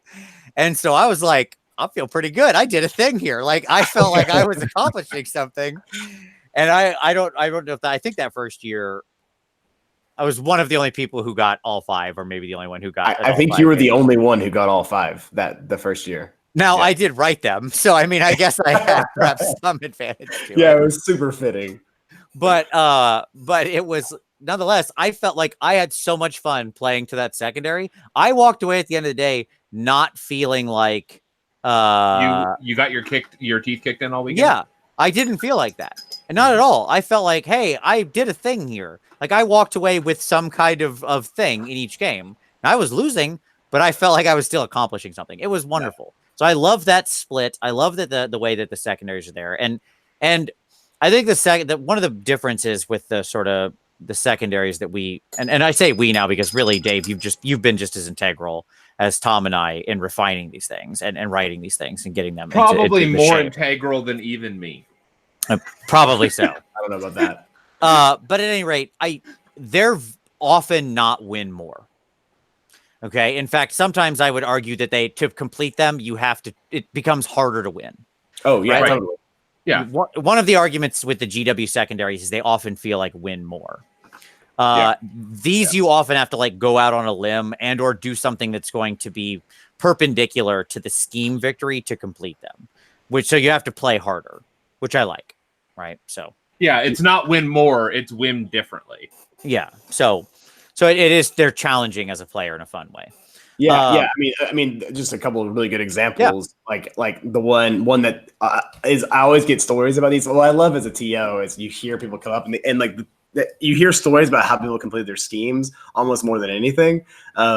Because some of them, there's a few in particular, like Map Maker, where you have to hit all 4 corners of the board. That one is always great because it always really stretches people unless you have like a way to like easily drop down and get them. Which I mean, some armies are gonna be better. But what were you gonna say, Tom? I was saying it often gets broadcasted out. You're like, wait a minute, I know what's going on here. Yeah, right. You have like one garrote running at the side of the table or something. Yeah. Or Yeah, I like, remember the first year I did it. I played my mortals list that had chariots in it, and I started with like a chariot in each corner of my deployment zone, and then like as soon as turn one, I was just like, yeah, they were just running up like the very edge of the table, and the other opponent was like, all right. But like, what's he gonna do? Waste resources to go chase down my chariots? Like, no, it's ridiculous. Anyways, I'm sorry. Go ahead. Map Maker's such a fun one. Matt, that's one of my favorites. Tomb King's Curse is another one that I love. It's one where you select one of your units, and if it dies, the unit that killed it gets cursed, and then basically the whole and it keeps going. So if you didn't kill that unit, your unit's cursed, and basically the point is not to have your unit cursed at the end of the game. That one's a really fun one because it can go very counter to how you want to play. Like if they have like a beat stick that kills your cursed unit, and you're going to have to kill that beat stick probably. And so, how you go about that is really interesting. I love Tomb King's Curse. And ironically, that was the first one I thought of. Like that was literally the patient zero of the whole idea. Like that one kind of occurred to me in a conversation. I was like, I love the way this plays. Because exactly that. They're going to sweep in with a hammer, blow your unit off the table. And then now all of a sudden you're like, you've given it to them. You've completed your secondary theoretically, but now you need to stay away from that hot potato for the rest of the game. So you can't kill their hammer. Right. Right. Yeah, exactly. Yeah, I've really enjoyed running schemes. I think, and weighting them pretty heavily is intentional, and they're not all they're not all difficult, right? I mean, there's some that are fairly easy. But kind of for those who don't know, the way it works is we do a deck of cards, so you get a random deck at the beginning when you show up. And in the past, we did decks of 7. So you would choose 5 of those 7 throughout your games, and you'd have 2 that you wouldn't use, obviously. This year, we're shrinking that deck down to 6. Yeah. And yeah. Dun, dun, dun. Yeah, no. And there's a couple of reasons for that.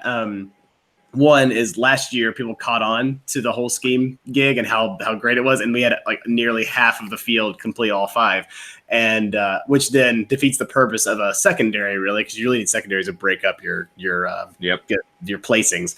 And so that made it harder on me as a TO having to do my tiebreakers and all that kind of stuff. So shrinking down to 6 makes it a little bit, but also running this. So you should be able to accommodate most of the schemes in those 2 lists. I mean, the goal is you should have an answer to every scheme between your 2 lists. That's what, if I was going into the tournament, that's what I would do. Right. So if I would probably include a totem or something, or kind of banner, right? Yeah. The banner. If you get that card this year and you don't have a banner, I mean, I don't know what to tell you. Yeah. Get allies. If your army doesn't have it, get an ally that does. Everybody has access to something now that could have that thing. But either way, it always makes me laugh, that one. Because some of them are supposed to be really hard. Yeah. Right? Like that's, my favorite, so just another, you mentioned scheme stories. You're absolutely right. Like scheme stories absolutely stick in my head. My favorite scheme story ever from my own personal games was during the first year, where I had picked the scheme that I had one of the enemy heroes is a traitor, and you can't kill them. Okay. They have to be alive at the end of the game to pass you their secret message. Okay. And I was playing, what's his name? Matt, the Stormcast player. Is that his name? Oh, yeah. Yeah. He ended up winning that first. Matt Swinney. Yep. Yeah. Thank you. And he had picked the scheme where his hero was a traitor and he knew about it. And so the other heroes have to surreptitiously kill that guy, get that guy killed in combat. Okay. And we picked the same hero randomly. We had both, because you pick these in secret and you don't share them. We had both randomly picked the same hero with different schemes to be a traitor. And so he kept charging this guy at me, and I'm just like retreating away from him, like, no, don't kill him. Ah! And it's just like some forecast hero that I could have easily killed. And I'm just running away from him constantly. And at the end of the game, he's like, why didn't you kill my guy? I was like, because he was my secret messenger. And it was like the greatest mashup of schemes ever. Like, oh god, that one made me like, I loved the way that worked out. Like, what a random chance. The first year, So my last game, I was playing my Nurgle, terrible list, my plague touched. Yeah, your awful list, yes. My lawful list. Hence why Vince had such a bad game. And my scheme was for my general to kill the enemy general. And I was like, oh, that's never going to happen. Like, this is just like my army. I had a Harbinger. You had a Lord of Change. Your general, yeah, and you had a Lord of Change. And so I was like, this is not going to happen. And then like the right alignment of stars happened. Sure. And I was like, okay, I can go in with my Blight Kings, weaken them down, and then take the last couple wounds off on the Harbinger. Like the last wound or two. And I did the math, and I calced it out. And I was like, it should leave him on 2 wounds. Funny story.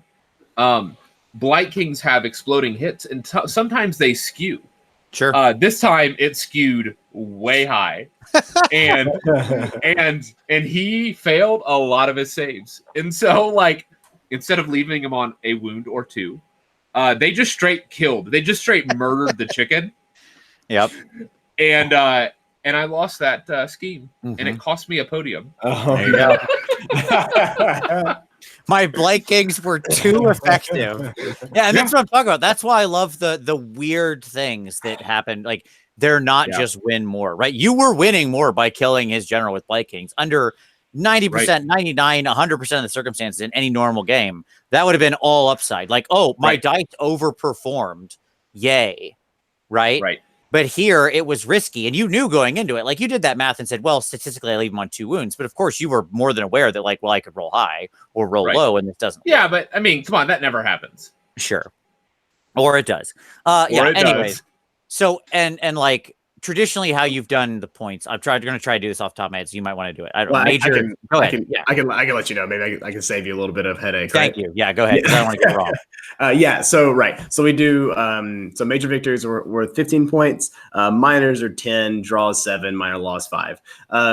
So schemes slot in at 9, so they're right below a minor victory, and so that's a really heavy weight for a secondary, and it becomes a real differentiator up towards the top, depending on who gets their scheme and who doesn't. Yep.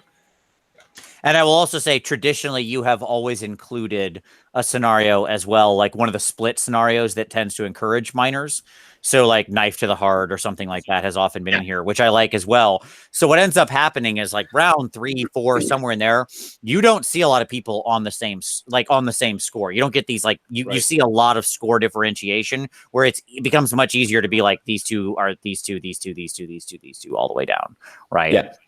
So that's the goal, right? I mean, the goal is that I think it's always important to have one scenario in there that's really hard to get a major in, and especially the top levels, where you at the top tables, you want to have one that's going to really split the field up, because it's nothing's worse than having a bunch of ties across the board. Right. So the scoring is great. The alternate army option is great. And what I like is the use of, like, let's call it the 5-game standard sort of like pack, right? Of saying we're using the standard, scenarios, battle plans, whatever. And this kind of stuff frees us to add this other stuff on top. Yeah. Right. So I think it's a good addition, like, because we've all played those standard scenarios, probably a fair number of times. And that's a good thing. What we can then do is build on top with these other elements. And so it ends up being a lot of fun. So I really love everything you've done with Nash Con. I think it's a lot of fun. Awesome. I really appreciate that. That's a really great compliment. I do spend some time on the pack, and I can't claim like these aren't epiphanies out of nowhere. I do lift a lot of things and kind of juggle some stuff between different packs. Like, for instance, the 2 list system was something that I think Facehammer did first, and they since haven't done again. But I thought, like, listening to their podcast and everything like that, it sounded like a system that I really wanted to lift and try. And so it's just a matter of kind of cobbling together the things that I like and combining them into kind of one holistic package. Yeah. And so I really have had nothing but fun and am very much excited about it this year. Obviously, I'll be bringing Slaanesh. Like, I think we all know that that's happening, and I can't wait. That'll be the first time I get to take that army out to a tournament. So no, it's exciting. I don't know what I'm taking. For those that are curious, it could really go like 4 ways. Like there's a strong shot of me going 4 different directions.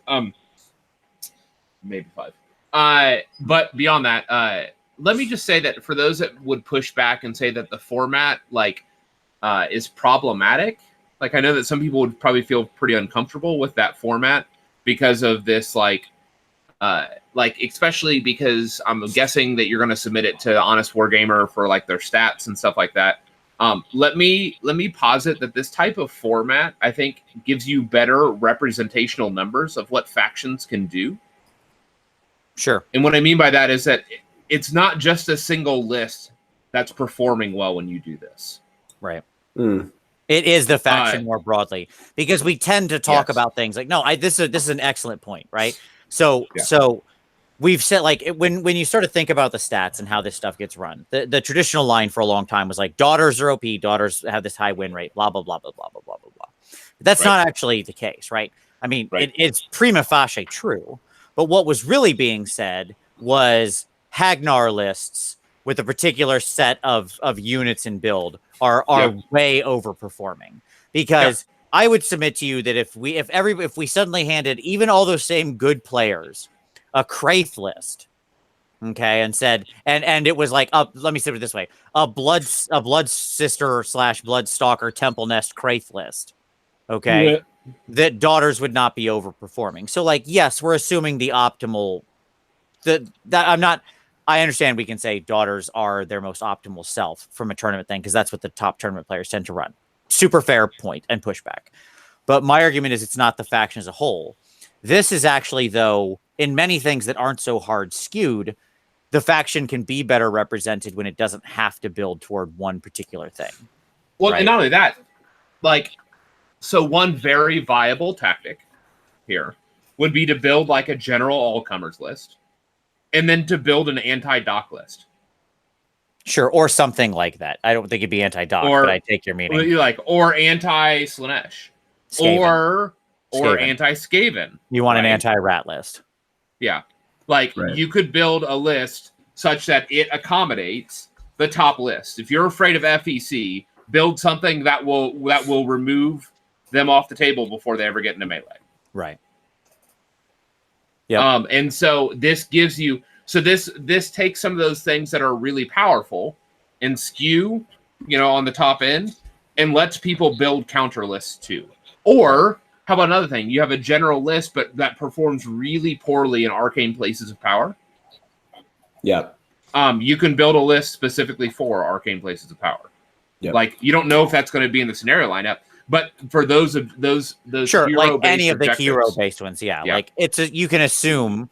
I'm not saying I know anything about whether or not David's including this, but in general, most tourneys would tend to include that type of a scenario, right? One that says it wins on heroes, because it's generally good to have that sort of thing. Right? Yeah, I mean, and actually on that point, I have 7 scenarios listed that I'm going to choose out of the 5 from. So you should be able to plan accordingly. Now, my caveat, and this goes for the whole pack, is that the GHB could change everything. So let's just, not everything, but there could be significant changes. So if there are scenarios put in there, then we'll see. But So I mean, you're telling me you're not doing the match play scenario from Malign Sorcery where everybody gets a purple sun? No. Nope. Well, you know what? Yeah, maybe just for you, Tom. Yeah, I played that scenario a couple weeks ago, and it was a lot of fun. Let me just say that. Also, like 2+ Tough was talking on his show about one of the new scenarios in Forbidden Power, which I haven't really got to look at yet, but that I think is really cool, where you have to you have to light these 4 beacons that are objectives that are all worth 1 point. And when all 4 of them are lit by anybody, it then opens the center objective, which is the Storm Vault itself, that's worth 5 points. But you have to have all 4 lit before the center one can be accessed. I thought that was a really neat, it's one of those, it's like a video game thing where you got to open all 4 switches before the center one opens. Well, it's Blood and Glory with an extra thing put on top. That's that's the scenario. Yeah, that's really interesting. That's cool. I really like Blood and Glory as an aside. I love that as a scenario. It's a good differentiator. It's hard to get a matron. Yep. Yes, as Haywo pointed out, you could have one SCE list, one Stormcast list that doesn't lose in total commitment because it's not relying on the lightning bolt drops. Like, right, it's built to start on the table. As an aside on total commitment, just a quick little my thoughts on total commitment. It's one that's really popular, but I think it only hurts the armies that don't need to be hurt. Like, sure, I think it's like the armies that are the best out in the meta right now don't care about total commitment. Like, they're fine with it. It only hurts the armies that like Stormcast, which are like they're not like top tier, and or like Nahcon or you're saying like Skaven, FEC, and Doc, assumingly you're top 3 right now, theoretically. They're fine like, with mobility. It. We have all the mobility. Yeah. No, we were all going to start on the table. It's fine. We're good. Thanks. They're like, wait, so you're telling me the Stormcast list that the only thing that could possibly like deter me with all their shooting has to start on the table? Oh, thanks. Perfect. Yeah, sure. Done. It is a funny point. Yes. Oh, suck on that. Yeah, exactly. I hadn't thought about it in those terms, but Yep. You're not wrong. Yeah, and people are like, oh well, but IDNF can't come off the sides of the table. It's like, well, they don't care either. They can just move 30 inches. Yeah, I mean, sure, they can still get there. Them meals are real fast, yo. Yeah, yeah. My first time ever playing IDNF was against James Tinsdale at Facehammer. And we were in total commitment, and I deployed and was like, "Oh, sweet! He can't come on me from the edges." Didn't matter. He like flew the entire table. Just pushes everything forward. Also, if he really needs to, like that. Oh, the list that they can't come on from the side, that's got the boatman in it. Oh, it's coming out. Yeah, here we go. He's taking him over. How many eels can I fit around the boatman? Probably still enough. You know, I get 9 eels around the boat, man. I'm sure. Totally. That's all I need. Yep. There you go. Okay. So, I mean, like anything else that we haven't hit on with Nash Con, and kind of the real thing about it's not like is not just to say, hey, you should come to Nash Con. It's a super fun tournament. I mean, you should. It's a super fun tournament. It's awesome. I would highly encourage anybody who can get to Nashville, you know, there at the end of August to do so. But I really wanted to highlight I thought the things that you were doing that to me made it a lot of fun. How amazing would it be if, you know, GW just decided to come a week early and do both it and Nova? Because they're going to be here for Nova, right? Yeah, they come over the week before. Like, they're not the week before. They come over at the beginning of that week because they have to. Come on, GW. Just fly them out like 4 days early. Yeah, right? Oh, that'd be crazy. If nothing else, hey, Pete, why don't you come roll some dice with us in Nashville? There you go. Yeah, it's a lot of fun. Make it happen. It's only like, what's the difference between? There's a big airport in Nashville. It's fine. It's very true. I'll say this. For next year, I can't speak to this year. Next year, we are going to really try to push the numbers up. We're going to have more space. So this year we're capped out at 66 players, and that was a push to get 66. And that's just a matter of square footage. Like, we just cannot fit any more tables. So as a result, it's going to be a little tighter than we had last year. We're probably going to be we'll have our main ballroom that we had last year. We're probably going to also have another room for another set of tables. That room is probably going to be the fun room. So we're going to put probably the bottom 6 tables in that room. So I expect there to be quite the party there. That should be fun. We're also planning, and this is still pending, but we're going to try to stream the top table.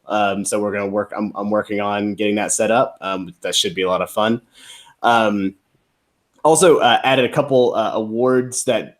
So we added another award this year, so typically our best painted is as a player's choice award. So in the past couple of years, it was a player voted award, which I really like doing that. But we kind of with growth wanted to do more awards for paint.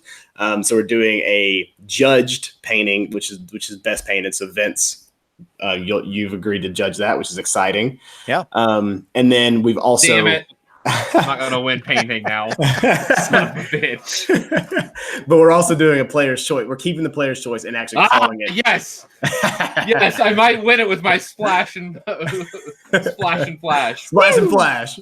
Yeah. So I think that's really exciting, and we're going to do all of our, one thing that I kind of initiated in the first year was these engraved kind of weapons for awards. So we're gonna keep those going. Got some plans for that. So that's exciting. I mean, I'm honestly, I really enjoy running it.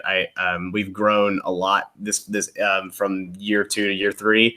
I would love to push 100 in year 4. That would be really, really, really cool. So when you're talking about like GW support and everything, that's kind of going into the equation. Oh, that's definitely going to happen of support, or not support, but of numbers for next year. So yeah. I mean, to be honest, in years past, I mean, full transparency. I mean, I was out like door-to-door salesman trying to get people to sign up. And this year I put it up, and in 3 days or less than that, we had full capacity, and I was having to beg the convention organizers for more space. I may have missed the first round of signups. Because it went so quick. Yeah, well, I'll be. I mean, honestly, we hit our initial cap, and I had to go back and be like, "Hey, I have a lot of people that really were expecting to come, and like a lot of my locals, which was the most ironic part, were all like dragging their feet because no one thought that it was a sellout, and it sold out immediately, and it was all the Midwest people, and so they all filled up all the slots, and so I had to get more space so that all my local Nashville and Alabama, Kentucky people could make it. What is going to be Kale's excuse this year when he's not there? Oh man, Kale has no excuse. Kale's gonna be there. So David, are compendium scrolls allowed? I'm not answering any questions like that until the GHB comes out. The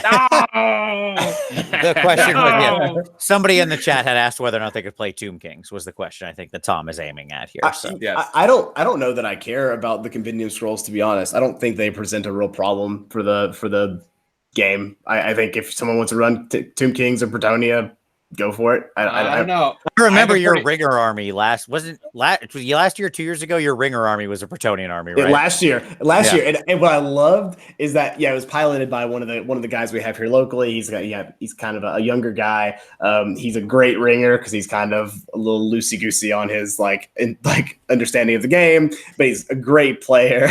Just a good fun game, right? And we had a game where Bretonnia was playing Free People, and it was a really fun looking game. It looked like old Warhammer. It was great.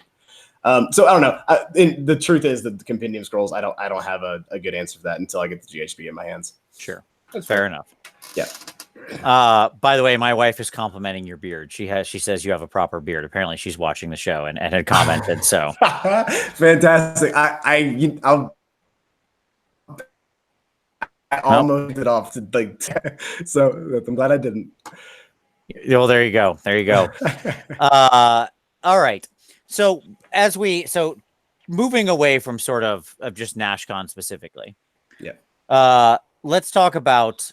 There's a couple other things like tournament wise I want to talk about. There's a lot of different elements to tournaments.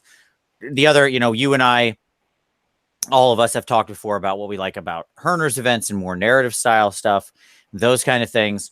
And obviously I'm a huge fan of the holy events too. I mean, right between the 2 holy events and Nash Con, there's 3 out of the 4 tournaments or whatever I go to every year right there. And so, pretty straightforward. And I just want to get what are the types of things, Dave, you like in the tournaments you go to, or just other elements that you think are fun or creative that are out there, like creating broad appeal? I think one of the great strengths of the scene right now is that we can have lots of different kinds of tournaments, right? They don't all have to be cookie cutter. So what are the things you like in the stuff that you've played in? Yeah, I mean, I just kind of coming off the heels of the Brew City tournament that Brendan Melding runs. That's a really great tournament. I think something that I really loved about that tournament in particular was they had this a charity raffle that they're raising awareness for suicide prevention, and it was this is maybe not related to the gaming so much, but the fact that we can get a community together to support and raise money for these charitable causes, and it's such a great group of people, and then we raised like over $2,000, I think maybe over $2,500. for this cause. I think that was something that was very interesting, and Brendan runs a really tight tournament as well. He does a really good job of awarding a lot of different things, which I think is really interesting as well. So like having a lot of incentives for different kinds of playing. So like for instance, a really good example is he had this Big Three award. Okay. You had to run 3. I don't know, I'm not gonna get this right, but I think it's 3 named characters or 2 monsters and 3. It was some combination of 3 large characters, right? Gotcha. And you had to, and it's like whoever won the most with them got the award. And so there You're was speaking Vince's love language. Absolutely. Do they have to be named? Because if not, then hashtag 3mag meta is in play. No, there were at least 2 of them had to be named. Okay, got it. Because there was a restriction there that was pretty hard. I think that's right, and Brendan's gonna get mad at me for getting it wrong. But but regardless, what happened was a lot of people made really specific lists to do just that. Right. Sure, so they weren't going to win the tournament. They were going to get that award. It gave them something to attain. And also there was another one that was like a hard mode award, which was like and this was super subjective, but it was Brendan and his, I'll call them his staff. He'll love that.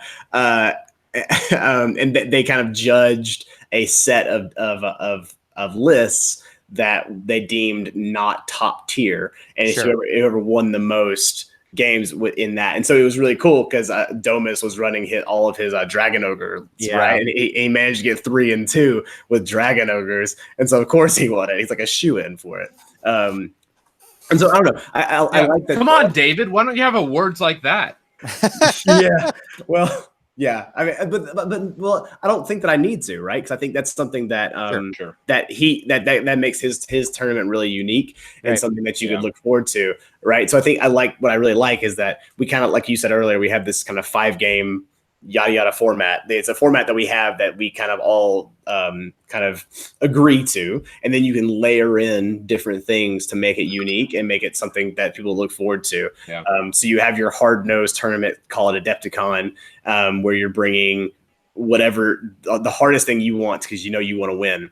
Right. And then you have a few months later something like Brew City Brawl, where you can bring maybe a softer list. But and your goal is to go 3 and 2, and you're going to play your heart out to get 3 and 2, so you're eligible to win that. So that's kind of, I just think there's a lot of really good things the scene has to offer. No, I love that. Yeah, sure. Like with the sort of hard mode, yeah, you show up with like Scourge Privateers, or you're in it to win it. That's what you are immediate. I don't look, staff. We don't need your help to judge that I brought the weak list. This is a Scourge Privateers 100% list. Can I just be counted in there? Yeah, you're good. If I went to an event that was an award like that, I'm telling you, Swift Hawk Agents. Swift Hawk Agents. I knew it was going to be here. Yep. Yes. Yep. It'd be there. I'd be pushing up 12 inches on the table with my Shadow Warriors, top of 1. Yeah.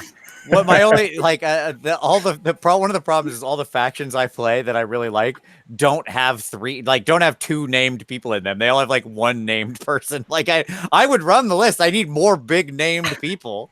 I think that was kind of a gripe. I think that some people were complaining about it, but I mean, obviously, Death can do that. Sure. But they got special characters falling out everywhere. Nurgle could just be like all special characters and 3 tenors of plague bearers, because like there's 27 special characters in Nurgle. Meanwhile, I've got like Shalaxi, I guess. That's what I get. You get Shalaxi and Selesky. Yeah. There you go. Selesky and the Mask. Okay, never mind. There you go. Got it. Okay, cool. Yeah, all right. Because they're all unique now. That's fair. Yeah, and it wouldn't be a bad list, so they're fine. I would do Night Haunt. Sure. Kurdos and Olander. I do think there was a monster caveat. Oh, son of a bitch! That wouldn't work. Yeah. They got to be big, and there's where your challenge would be. Yes, but no, that's fun. Super cool. I love that type of stuff. I agree. I think what I love to see in tourneys in general is the fingerprint of the TO. in some way, right? So like what you mentioned there is Brendan is the artist formerly known as the Lord of Death, as he would be, putting his sort of fingerprint as to what he likes and the type of players he wants to encourage to come, right? To broaden the appeal by having these different ways to do it or to say what they value. And I think that what I love is when people do that. Steve obviously does that in a big way. One of the things that the holy events have, we kind of mentioned this has sort of come up recently with Forbidden Power. Forbidden Power has the concept of these campaign games where you can have artifacts that grow and get more powerful as you play more games with them, right? For narrative games. And this has classically been a thing at Holy Wars and Holy Havoc, where your warlord, this sort of unique character everybody has, advances and has a big skill list, like a skill tree, like we would all be familiar with from an MMO, basically, that you can sort of pick from as you play more games over the course of the tournament. The character advances and grows and gets more powerful.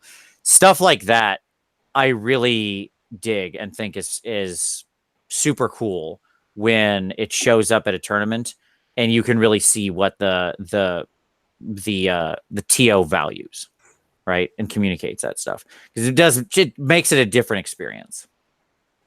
And I mean, even, we mentioned Adepticon, and obviously like that's one of those giant tournaments, right? It's sort of one of the big three. And it's you and 200 of your friends bringing sort of the hardest stuff you can to punch each other in the face, right? I don't know what you're talking about. There's a lot of fun lists. But no, there is. I'm just saying, like, there is a ton of fun lists, but ultimately it's a hard-nosed GT, right? Like it is. It is as competitive can get. But that being said, I love that this next year, Alex is running the tournament he's always wanted to run. And so instead of Thursday, Friday being just teams and Vanguard, it's going to be the 4-person team event, right? So that next year's Adepticon will be this very different 4-person team thing. And there's all sorts of awesome possibilities there. We're looking forward to that, right, David? Yes, sir. Yeah, I'm excited. Yeah, I mean, you guys are going to be able to play in it. I will not. Do you want to talk kind of about, Nope. you both have been lining up some concepts. I'm not asking you to talk about your list, Tom. I'm asking you to say what excites you about the concept. The hobbying aspect of it is what I will say. Sure. So because it allows us to like gather for like-minded people, and just go buck wild on building something that is cohesive across the armies, and yet each kind of bears the stamp of different personalities. Definitely. Yeah, and I think the format of how the games are going to go too, I think is really interesting, where you shuffle off, where you basically every game is actually very interesting as well. So yeah, I'm really, really excited about the new format. I mean the doubles, the traditional like doubles teams event at Adepticon is typically one of my favorite parts of Adepticon. Yep. This past year was I had some of the most fun games I ever had in Warhammer, and so I can only imagine expanding it to this new format is going to make it even better, right? I think we're going to see, beyond just what our team does, but what other teams do. I'm really excited to go around the room and see. You always look and see what the 40K group does, and I always kind of wish, like, man, I wonder what would happen if I dedicated X amount of hours to try to get something like that. I wonder if I could do it. And this year we can maybe try to do that. So I think it's exciting. So let's do this. I think that's an excellent segue to talk about maybe my favorite type of tournament. Let's talk about team tourneys. Okay. So like obviously our traditional team tourney is your 2-player teams.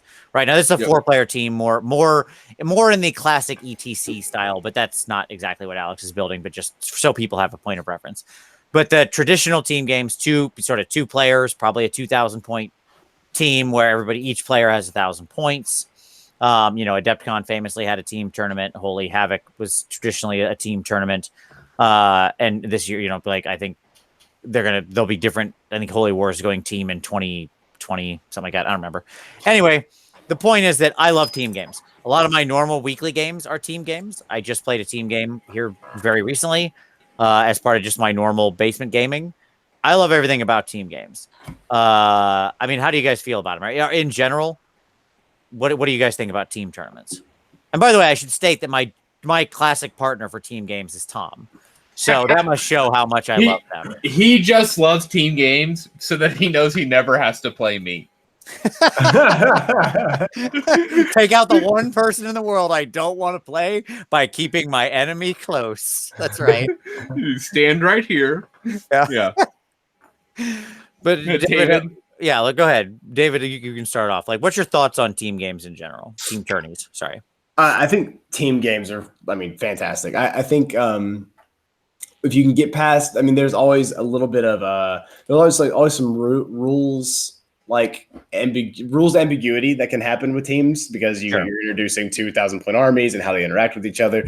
Once you get past that initial hurdle, it makes for some of the most fun games that you can have because I think there's a little bit less stress because you're not having to make all the decision yourself. So you're kind of there may be an added layer of stress in having to interact with your teammate depending on your relationship. But I think just the interaction between 4 people is a little bit less stressful than the interaction between 2 people. And so I think that alleviates some concern like socially at the table, which I think is really good. And then, I find it's just a little looser, like period. Yeah. In our last game this past year at Adepticon, the team we were playing had a rule where every time they had a blood tithe system, is a drink tithe system that they were running, where anytime they were running 2 corn armies, anytime they got a blood tithe or a blood tithe was generated, you drank. Anytime they had a whole list of things on a whiteboard that they had, and I think it made for one of the most fun games I've played in Warhammer in a really long time. And we got I think 9 blood tithe in one turn, and it made for a really, really fun time. So yeah. Anyway, just saying, I think there's a lot of different interactions you can have in a team environment than you can in a one-on-one. Mm-hmm. Yeah, I also think my personal belief is that team events are more new person friendly. Yeah. Because then the new person can partner with somebody who has a little more experience and they don't feel like they're thrown into the deep end of the pool alone, right? They've got somebody else there who's an ally. Like I've played a lot of people at team tourneys who like to say, this is my first tournament. Right. But their teammate is not right. They're like, an experienced tourney player, but then this helped bring them in because they don't have to worry about being alone and screwing things up. People are always afraid, like at a tournament, well, I won't know the rules well enough, or I'll make a mistake and my opponent will get angry. And by the way, I've never seen that ever. Right. People make mistakes in tournaments and all the freaking time. Very experienced players make mistakes. I only know a couple players who are like machine precise, and who cares? Like most of the time it happens, they go, oh crap, that was a mistake. Can I switch this? Can I do this the right way? And I'm like, yeah, it's fine. Who cares? Because this is a game, Yeah. But like it helps get over that fear. Yeah. I think what's really interesting is you see a lot of like father-son or father-daughter teams. You see a lot of like husband and wife teams. So that's really interesting. You see a lot more, I'm just being frank, you see a lot more women in team events because of being paired. And so I think that's really interesting. I think it can be really fun if you have different like personalities who are on the same team. Like we played Liam and Pano from over in the UK in our first game, and Liam is kind of like a really buttoned up, kind of like a competitive player, and Pano plays like smash face corn, and the whole game was basically Liam holding back Pano from running across the board trying to kill us, and it was really, really fun, and seeing how frustrated Pano would get. So yeah, you get a lot of like fun teams, I think. Sure. I mean, I get it. Like, I partner with Vince, and or even at Adepticon, like I partnered with Rob. And it was the perfect team because I need somebody to like filter me. Right. Somebody's got to be like a Tom handler.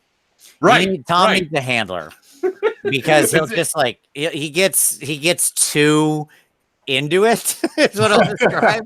Tom is a very focused individual. Yeah. And so you've got to have somebody there who's like, no, it's cool. Just let's chill out for a minute. Here we go. It's all fine. Like, ignore him. Don't worry about that. Yeah, like, let's roll these dice. Yeah. Like, it was so funny because so like the teams event this year, like Rob and I lost our second game in a great matchup against Gristle Gore and Zinch Beasts of Chaos was the people we matched against.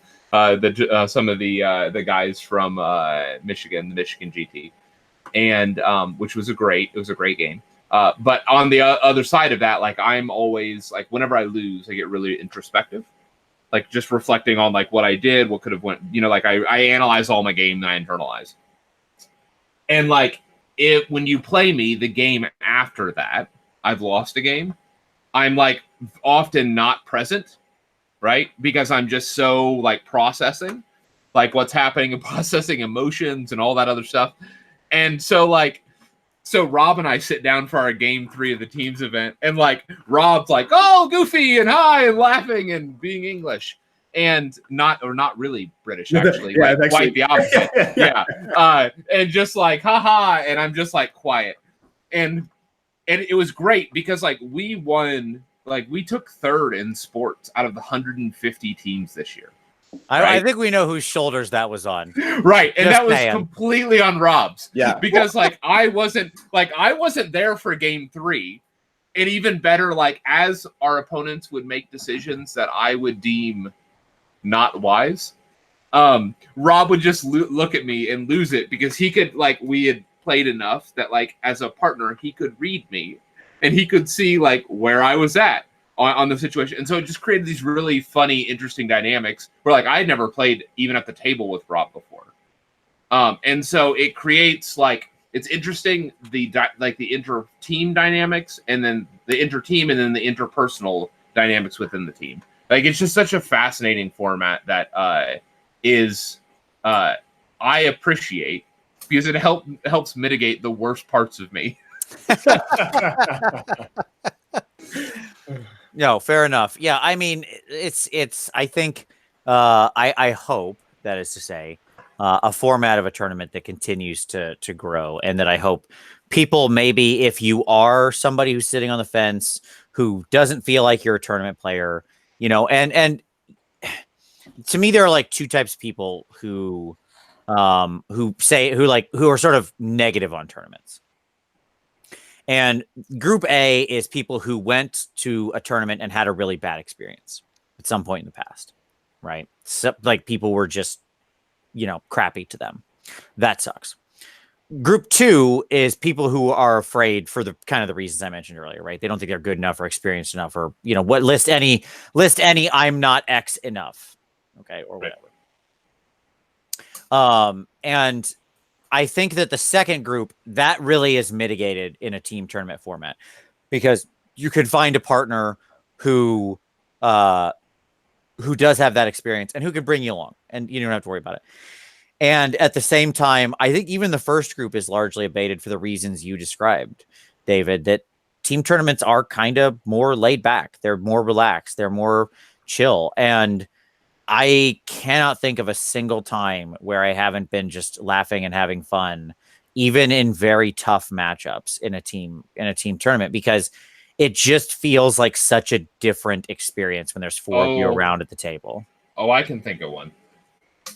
I can remember a mall crusher that couldn't move through a Sylvaneth. Oh no, that's that was like 2 turns that I was like stewing angry, but that wasn't at our opponent. No. That was at rules. It was a problem with rules. I was angry at like God or something. You know what I mean? Like that was not Sean and Jake. Like as soon as we were playing that game. Yeah. Which are great opponents. Exactly. Yeah. We have had the good fortune to play the 2 of them almost every year we've gone, if not every year, and they are always some of my favorite games because they are 2 stand-up guys who play some really hard edge Warhammer and are always the most friendly, cool, great players. So at any rate, yes, you're right. That being said, I don't remember that emotion as much because I do still have my broken like 3-inch combat gauge that I was like holding in my hand and crushed because I was so angry. Like I just snapped it in two. But the I told you you weren't going to be able to make that charge. Sure. But I don't remember that because in like the bottom of 4, when the Maw Crusher busted out and just like plowed his way through half the army and triggered this massive smashing and bashing that took most of Jake Zinch off the table, I was like, yes, this is how this game should have gone. This is appropriate. So all I remember is that happy ending of him getting free and going to work. At any rate, Vince, I think the best story I ever heard of your Maw Crusher was last Nash Con when you crushing bolt through like 5 units. Yes, like oh my god, it was the greatest. It was the most unreasonable crushing bolt ever. Like a rule that never triggers, where like if you hit them and kill them with the mortal wounds, you get to keep going and keep charging. And like my opponent had it was a Stormcast type of army, right? And so had like 3 Stormcast heroes kind of in support positions in the back. And I made this like long bomb 11-inch charge into the end hero. Okay. So, I mean, I rolled a 10, got the 11 because standard +1 to charge off of Iron Jaws and hit him and rolled like 6 mortal wounds and blew the first hero off the table. Then made the second charge and blew that hero off the table. And then made the third charge. And I was out of heroes and hit like a unit of 10 and killed them halfway down just on that and stopped and then just killed that unit with normal combat. I was like, wow. That was the most effective roll of that, and triggered a smash and a bastion to like keep the fighting because, of course, he then finished that unit of 5 off. It was the most ridiculously effective that guy has ever been. He was out of control. That dude. Yeah, I love that. Was against Will Myers, I believe. It was, yeah, absolutely. Will's a great dude, very nice guy. Definitely. Mm-hmm. So okay. I want to talk for a moment. We made a little mention of sports. Okay. And so this is always kind of an interesting subject. And I just thought this would be fun to unpack for a moment. Because Tom, you mentioned like that you're a very serious player and you get introspective or something if you lose and all that. Rob, your partner is obviously a very extroverted, I don't want to call him bubbly, as that sounds like I'm being, mean or something or that. But I mean, he is. He's a very warm person when you meet him. He's extremely friendly. And what do you think about sports in tournaments? Like, obviously, David, as a TO, how do you do your sports scoring and how do you think about sports? Why do you value it? Yeah, this was one that I thought a lot about this one. And then so I'm actually, a lot of people on the scene know Jacob Berry. He's one of our local Nashville guys. And he's helping me TO this year. He's a really big sports guy. He goes to tournaments a lot of times to try to win sports. Which is hilarious. And I will say the funniest game. Your audio cut out for a moment, but it's okay. I will say the funniest game I've ever played of Warhammer was with. I don't want to say against. I played it with Jacob Berry. When you're literally like cupping your hands together to roll dice, okay, you're playing a different type of Warhammer, and that's Jacob. But anyways, go ahead. I'm sorry. Yeah, no, that's exactly right. And so I really wanted to, I really leaned on him a little bit, and I have my own opinions about sports. I think we do a lot of the 1 to 5 scale. I think is an imperfect system, but it's also, and when I say 1 to 5 scale, a 5, you say a 1 is like it was the worst game ever. A 5 is they're my best friend, and you like have like a line where you write why they're your best friend, right? And I think the auto 5 ranking can sometimes lead to a lot of misleading indications of how your game went. Just being truthful, and so I think for Nash Con this year, I revised how we're doing sports a little bit. It's still it's going to feel fairly familiar though. So basically, I'm doing 4 questions that are more or less as objective as possible. So they are like, did your opponent show up on time? Did they have everything they needed to play the game? So like books, tape measures, et cetera. Did they? This one's a little bit subjective, but did they handle rules disputes and did they follow the rules? So I mean, they handle it respectfully, which respectfully, I guess, obviously, is by nature is fairly subjective, but it feels like a pretty yes or no question. And then this one was a little bit was a kind of a later ad, but did they play in a timely manner that allowed you to finish the game to its natural conclusion? And so, natural conclusion being a lot of times you can talk through a game if you're not gonna finish, you can talk through and say I could these things, if these things are going to happen, I'm gonna win the game. And so basically you answer these questions yes or no. Each one is worth a point. And well, yeah, right. They're yes or no questions, so you end up with 4 answers per game. And so the way that these kind of get tallied in is that at the end of the tournament, you'll end up with 5 different games with 4 different scores. So a total of 20 points are available. Ideally, everyone should score 20 points. Right. These are not so you're not. This is how you should play the game, right? Right. You're actually measuring these qualities. I think this is this came out of Australia, right? This is the first I heard of it. Like somebody using this type of a system. I think it's like, if Coach is still in the chat, I don't know if he is or not, but I seem to remember this being like one of the in Australia. I understand that there's one of the Western Australia people who are very separated from everybody else, obviously by this massive continent. They sort of like had pioneered this objective measurement of sports in this way, where you're answering these questions. I don't know if that's where you took it from or not, but I know they had used a system like this. Yeah, I mean, it probably came from another system. Like I said, I cobbled together from a lot of places. So that's kind of the baseline. The way that these kind of like base points get factored in is if you score, you can only be considered for best sports if you score 19 or more. So. Sure. And then if you score less than 17, you can't be considered for best overall. And you may think those points that's a little bit harsh, but honestly, these points, these are pretty easy. This is how you're supposed to play the game. And if you can't get 17 points, then you're not playing the game in the way that I, as the TO, would consider the right way to play the game. Gotcha. And then from there, we have favored opponent votes. So favorite opponent votes, pretty straightforward. At the end of the tournament, you get a list of the people you played, and you tally which one you thought was your favorite game. And the way we factor that in is for each favorite opponent vote that you receive, you get 2. Well, I guess for your first favorite opponent vote, rather, you get 2 points added into your overall score.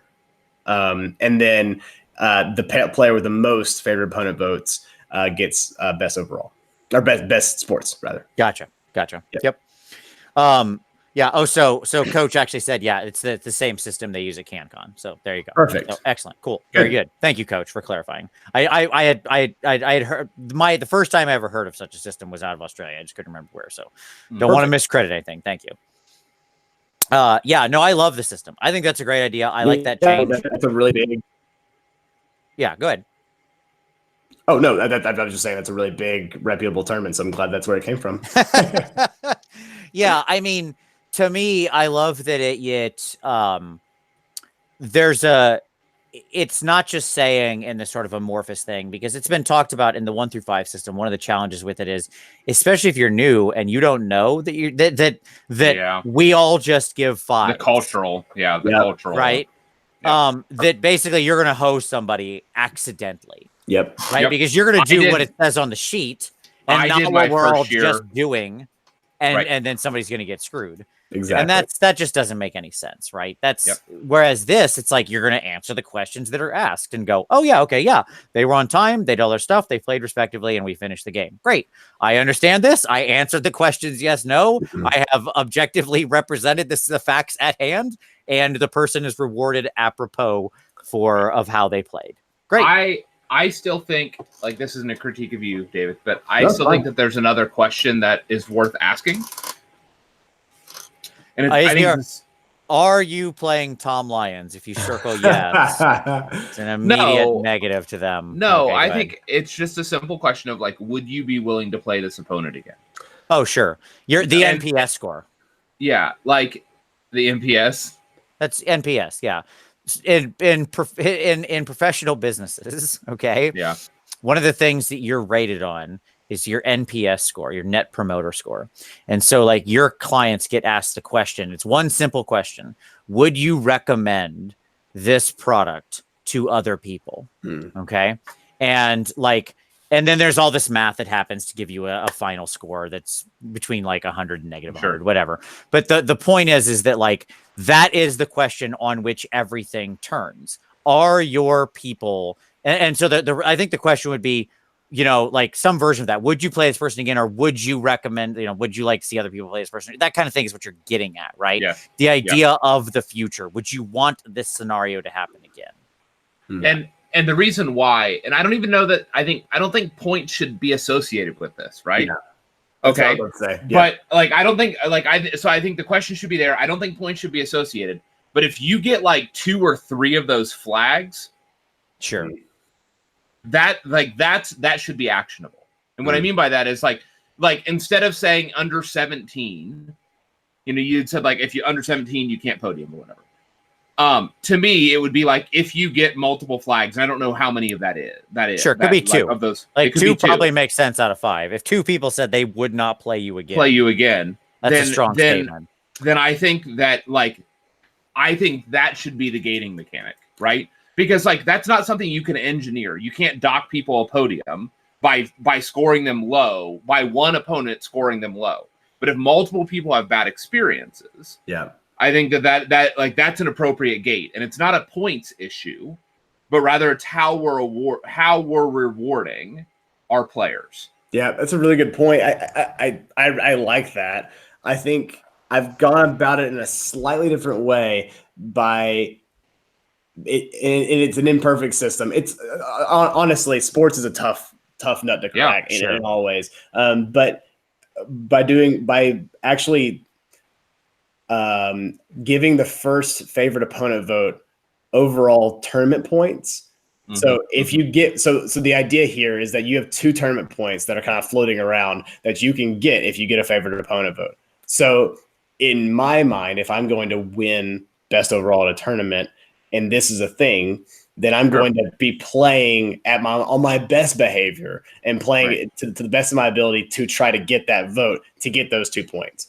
So it's kind of you're achieving it in a different way rather than docking. You're rather than creating a gating mechanism, you're creating an incentive structure. It's incentive, exactly. I'm not sure which one's better. I don't dislike what you just described. I think it's a good system as well. So I think there's a couple ways you can do it. The difference is that people couldn't actually buy those votes. Right. I mean, not that we know anybody that's buying favorite game votes, but it would prevent that type of behavior. Definitely. Sure. Yeah, for sure. I think there's a lot of ways to do sports and with what we're talking about. For the record, if anybody plays me at Nash Con, $20 favorite sports voter.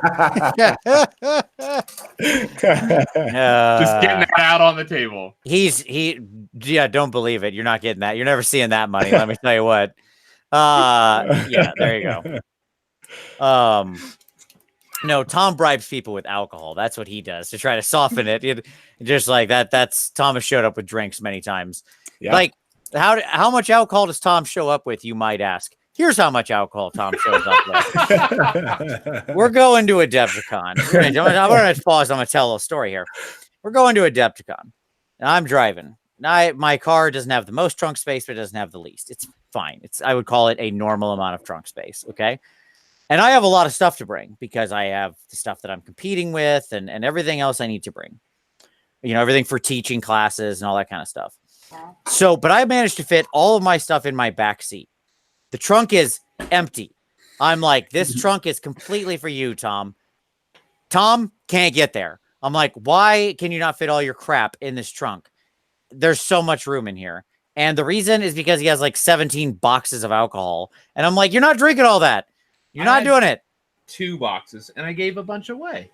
Yeah, well, too much. That's all I'm saying. That's how much alcohol you're bringing. You're bringing a liquor store to try to get your way to favorite opponents. I fully support this, by the way. People like alcohol. I might not drink a lot of it or any of it, but hey, other people like it. Yep. Another example of a good teams. I guess experience that I had was like a couple years ago at Adepticon in teams. One of my opponent put a bottle of whiskey in the middle of the table, and that was one of our objectives. Nice. It was great. Objective achieved. Yep. There you go. Okay, so yeah, interesting stuff. Like I kind of wanted to talk about that. I think in the end, again, there's a lot of different ways to go with this. I like the idea, obviously. I legitimately do like the idea of sports being held up, of being awarded in some way. At the same time, I don't think that like the justification for it necessarily needs to be, oh, this is how we keep the barbarians in line. Right? Like whether you're giving away, to me, it's more about recognizing the people who really go above and beyond, because the reality Jacobs of the world, right? Totally. Because the reality is, especially within right now in the AOS community, in my own humble experience and no farther, it is just such an amazingly strong, wonderful community full of awesome people who are going to show up and try to have a fun game, regardless. Like they're not thinking about trying to get a vote or something like that. That's not in, people's heads. They're there to have fun, regardless, like win or lose, frankly. Like I've had my teeth kicked in and kicked people's teeth in and still had the same equal amount of positive interactions and fun the whole time. Right. I will say this: sports votes and sports awards give us achievers something to work towards. Sure. Yeah, if you're the achiever type of personality. Yeah. I mean, just backing that up. When I was at Brew City, I was a couple weekends ago. Didn't know a lot of people, right? I knew a good deal, right? The Milwaukee folks and people from Detroit and everything. But I played games against people I'd never played before. Those 5 games, I was racking my brain trying to figure out who I would possibly give my favorite opponent vote to. It was I could have chosen any one of the 5. They were all fantastic games, and it just speaks to the people we have that we're playing and the community we're fostering. That these are the kind of games you can have. It's really great. Mm-hmm. Absolutely. All right, so I think we touched on kind of all the different stuff at a high level that I wanted to touch on. I understand that ending on sports was dangerous because this is a third rail, right? Like this is the third rail of tournaments. My God, like just in the comments, I know we already have some heavy discussion, and what I'll say is, I have no problem with all, like, even if we are all good folks of differing opinions, it's all fine. I don't have any, like, I think most of what's being discussed right now also makes sense, because there's a lot of different ways to sort of, there's many different ways to split this. And in the end, I do think that we have a strong community and we'll generally have a bunch of good people playing awesome games regardless. But there you go. Anything else you guys wanted to touch on from a tourney perspective before we call it a night? No, I think we've gone over everything that I could have possibly thought to talk about. I'm really excited about everything coming into August. I've got to be away 3 weeks before Nash Con, so this should be really, really exciting. You cut out there a second, but you're gone the 3 weeks before Nash Con? No. Sorry, I'm having a baby 3 weeks before Nash Con. Oh, there you go. Sorry, I cut out. Yeah. So I have a whole new world ahead of me come August. So have no idea. So none. what I'm saying is, anyone who's going to be there, if I'm like hollow-eyed zombie mode walking around, you know why. But we're going to have a great time, and I'm really excited. We're going to have a great time. Yeah, absolutely. Yeah. So you might not, but we are. Yeah. Also, a shout out to I think Domus. I think is going to be running the first GHB 2019 event with Midwest Meltdown. So it's exciting. Yeah. So that's coming up, and I'm going to be absolutely pilfering any results of that, and maybe and using it to craft any updates to Nash Con. So. He's doing that July 27th and 28th, right? That's the 2 days for Midwest Meltdown, right? I think that's right. Yeah. Yeah, because I remember I wanted to go, but it was the same weekend as the aforementioned marathon we talked about at the top of the show that we're doing, and it's the same weekend now as the Everchosen thing. So busy weekend that last weekend in July. Real busy stuff going on.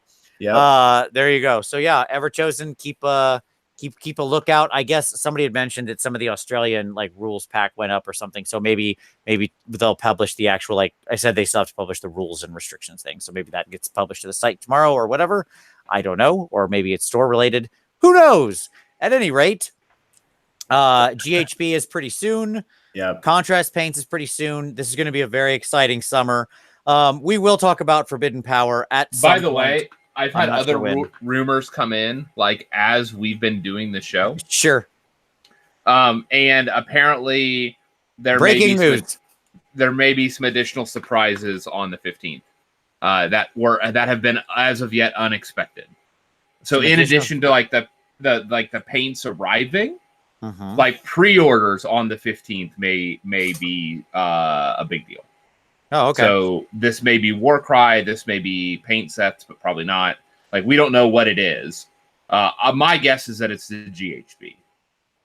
Well, it would make sense timing wise because we do know it's June. Yeah. So yeah, a lot of big stuff. We are going to do a Forbidden Power show. I don't know what we're going to do for the Sylvaneth show. I'm kind of waiting to see what they announce as far as how they're going to handle it, and then we will do a full deep dive. Obviously, I want to stay away from too many army reviews. Talking about upcoming weeks, I want to stay away from too many army reviews when we're right on the eve of a new General's Handbook that could upend a lot of stuff. So, we're gonna get to everything. We'll cover it all. And it's going to be, and obviously we'll be talking about Warcry when that happens in July and so on and so forth. So this is going to be a very, very big summer. I am super excited. Couldn't be in a better place right now for my game. Like I am living my best AOS life between getting a Skaven book and a Slaanesh book in a single year. I'm going to be painting Slaanesh for months. Yeah. I mean, I'm kind of stressed. I'm going to be honest. Well, hey, and so much. Well, and so Warcry much. coming out. Yeah. I'm excited about Warcry, to be honest. I want to see the rest of them war bands. Like they're moving more positive. The first one that we saw, a Scuba City Steve team, terrible. Just awful. And then the muscles on muscles Beastman, the Beastmaster group. That was okay, I guess. It was whatever. But then we got like the sort of snake squeezers. So that was a little better.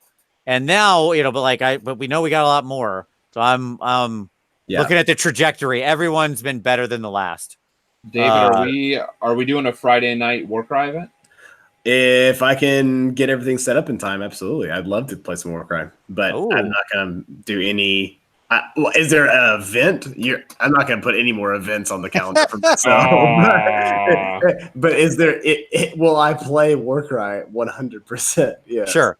Sounds like we've got pick up tourney of Warcry Friday night at Nash Con. There you go. There you go. That I can get behind. As long as it doesn't interrupt aforementioned and pre-planned dinner outing, which we all know has to happen. So there you go.